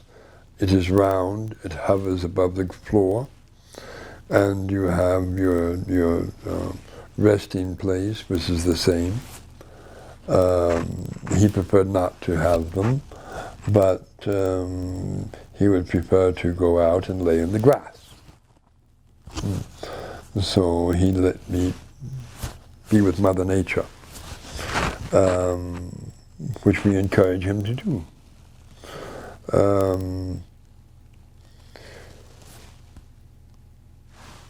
The collective as a whole, the people in the hollow earth, they go to and fro in their daily activities. Activities could consist of going to Pathologos Library, or what is termed as being out with nature, or singing, or playing an instrument, or what is called going to other star systems, just from thought. You are not limited to hollow earth. You can go wherever you desire. So, yes? So there's no, in terms of, like the mundane things of, I know that there are no corners, but here, even if you have a bed, you still have to make the bed. You still have to, And you don't need to make a bed. You don't have to make a bed. Oh. If you have a bed. A platform to lay upon. It is soft, forms around your body. Nothing to make it, sounds like. I'm sorry? Doesn't sound like there's anything to make up. Nothing. Nothing to make up. Just Indeed. Just a platform? Just a platform. Sounds No very, blankets. sounds very Klingon to me. Yeah. I know. Very what? Klingon. Yeah. Klingon. Yeah. That is a program on TV. Yes. Star Trek. Indeed. The Klingons have platforms. There's no sheets, Yes. no pillows. No, nothing. Everything's very hard in the Klingon world. Well, they're- Everything is very soft. Yes. Yeah. Yes, insofar as not having a pillow or a sheet or a Yeah. blanket. And Very everything is Spartan. like hovering on top. Okay, so how about, all right, so we talked about food a little bit, strawberries. All the fruit is big. You're all fruitarians. You're eating fruit. So does everybody grow their own food? Where do you go? I mean, here we go to the store, we go shopping, we give them money, we bring it home, we prepare the food, we eat it. How is that different from what's going on down in the Hollow Earth? Hollow Earth, you go out, you pluck a fruit from a tree, you eat it. You have what is termed as multiple foods. I've been asked on what is termed, how does one defecate? Mm-hmm. Is there toilets? Right, the sewage system. I mean, There is none. a water treatment system. None You needed. Take a whole lot back and take that None back. needed. When you have yourself what is termed as a bowel movement, it is disintegrated upon exiting the body. Just disappears. Indeed. Did you know that? That's interesting, huh? That is interesting. So 3D man on surface walks into Hollow Earth being permitted and everything's squared away. Does he immediately become 15 feet tall and It is a process. yeah, okay. Is this something that he's put through by the people of Hollow Earth? If the desire is to stay in Hollow Earth, Mm-hmm. then he will begin his change. Automatically? So no, like no buttons to push, really. No, the gravity in within Hollow Earth, whatever you weigh now, you would subtract that down to a third, Okay. and that's what you would weigh. Hmm. So you said you've had people come in from the surface before. Indeed, So, and there are people who have stayed. indeed. How long is this transition for them to becoming, Some fast, some slow. okay, here we go with time again. See, I'm setting an alarm clock. I want to know how many days, is it measured in days? There is no time. There is no time. So it's instantaneous, really. It's now, all is now. Indeed. Okay. So no distribution system, no sewage system, no sheets to wash, no dust, really? No dust. Well, there's dirt down there, right? Doesn't the dirt kind of kick up? Winds blow? Are there winds down there? Gentle winds, not harsh at all, not heavy, All right. not strong, So the bodies are different. of course. Okay. Epidermis, our skin's always flaking off. That's where a lot of dust comes from. So is that different from the bodies? The bodies are pure. All over? So we don't have, there's no need for soaps, no need for baths, not at all. Mm-hmm. Nope, everything is fresh, everything is clean. Okay. It is hard to conceive. Huh? Or, yeah. It is hard to fathom. Yes. It sounds very much like a flight of fancy going. People think of it as a Garden of Eden. That's the real Garden of Eden. Yep. Eden is one of the cities. Is hell down there? What? Is there a place called hell down there? No. H-E-L-L. Okay. Because I've seen maps that put hell down there. Just curious. Ah. Man's conception. Where are the negative and evil, as far as, higher dimensional beings, where are they? They're not in Hollow Earth. No, I'm not talking about just Hollow Earth. Zora, In- because I know inner- that they are there. Inner Earth.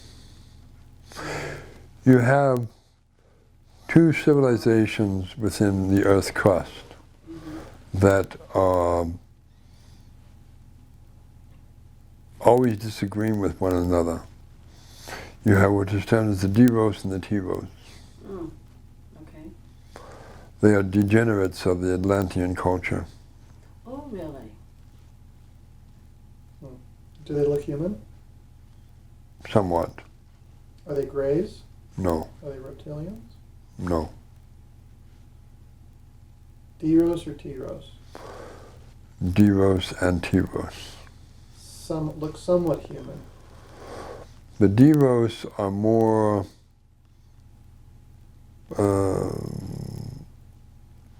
distinguishable toward human, as whereas the others of the more of a degenerative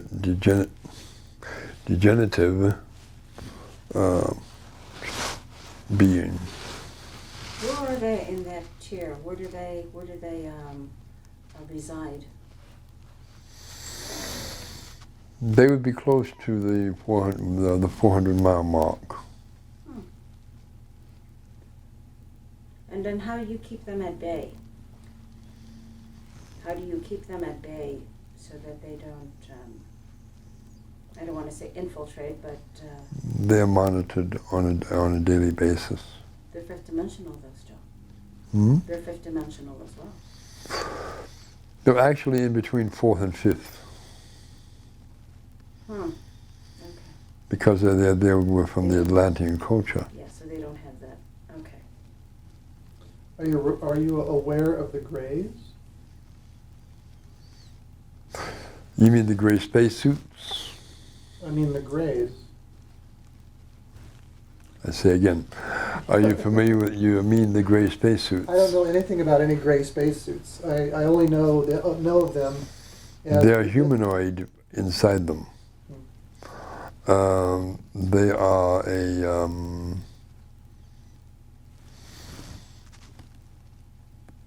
a species of themselves, but they are not, the outward appearance you see of them is not what they truly look like.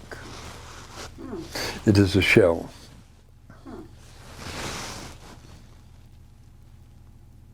Where do they live? Where do they live on the planet? They do not. They are just visitors. Yeah. Okay. Are you familiar with the underground bases at Dulce, New Mexico? So I was familiar with all the underground bases. The Agarthians that are on the surface of the earth are in control of what would be termed as the underground bases up to a certain level. The upper levels, from the Earth's crust downward, are still controlled by what is termed as the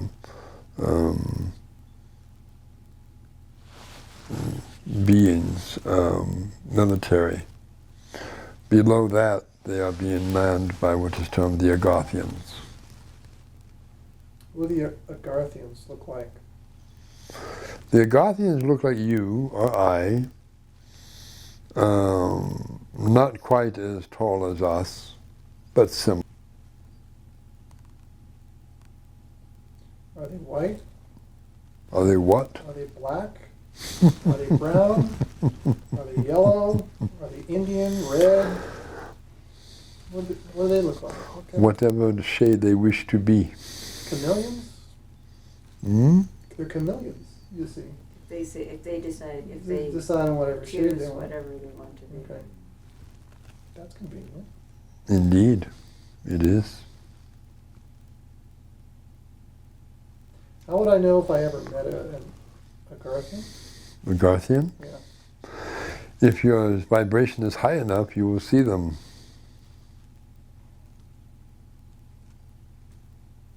If they look like anybody else, how will I be able to tell them apart from a regular human? The Agarthians are quite are tall as well, but not as tall as us. I know there's a lot of NBA players who are pretty tall. So, see that junior high school kid, 7.5 feet tall? Oh my God, he's still going. Whoosh. Maybe he's Agartha. Indeed.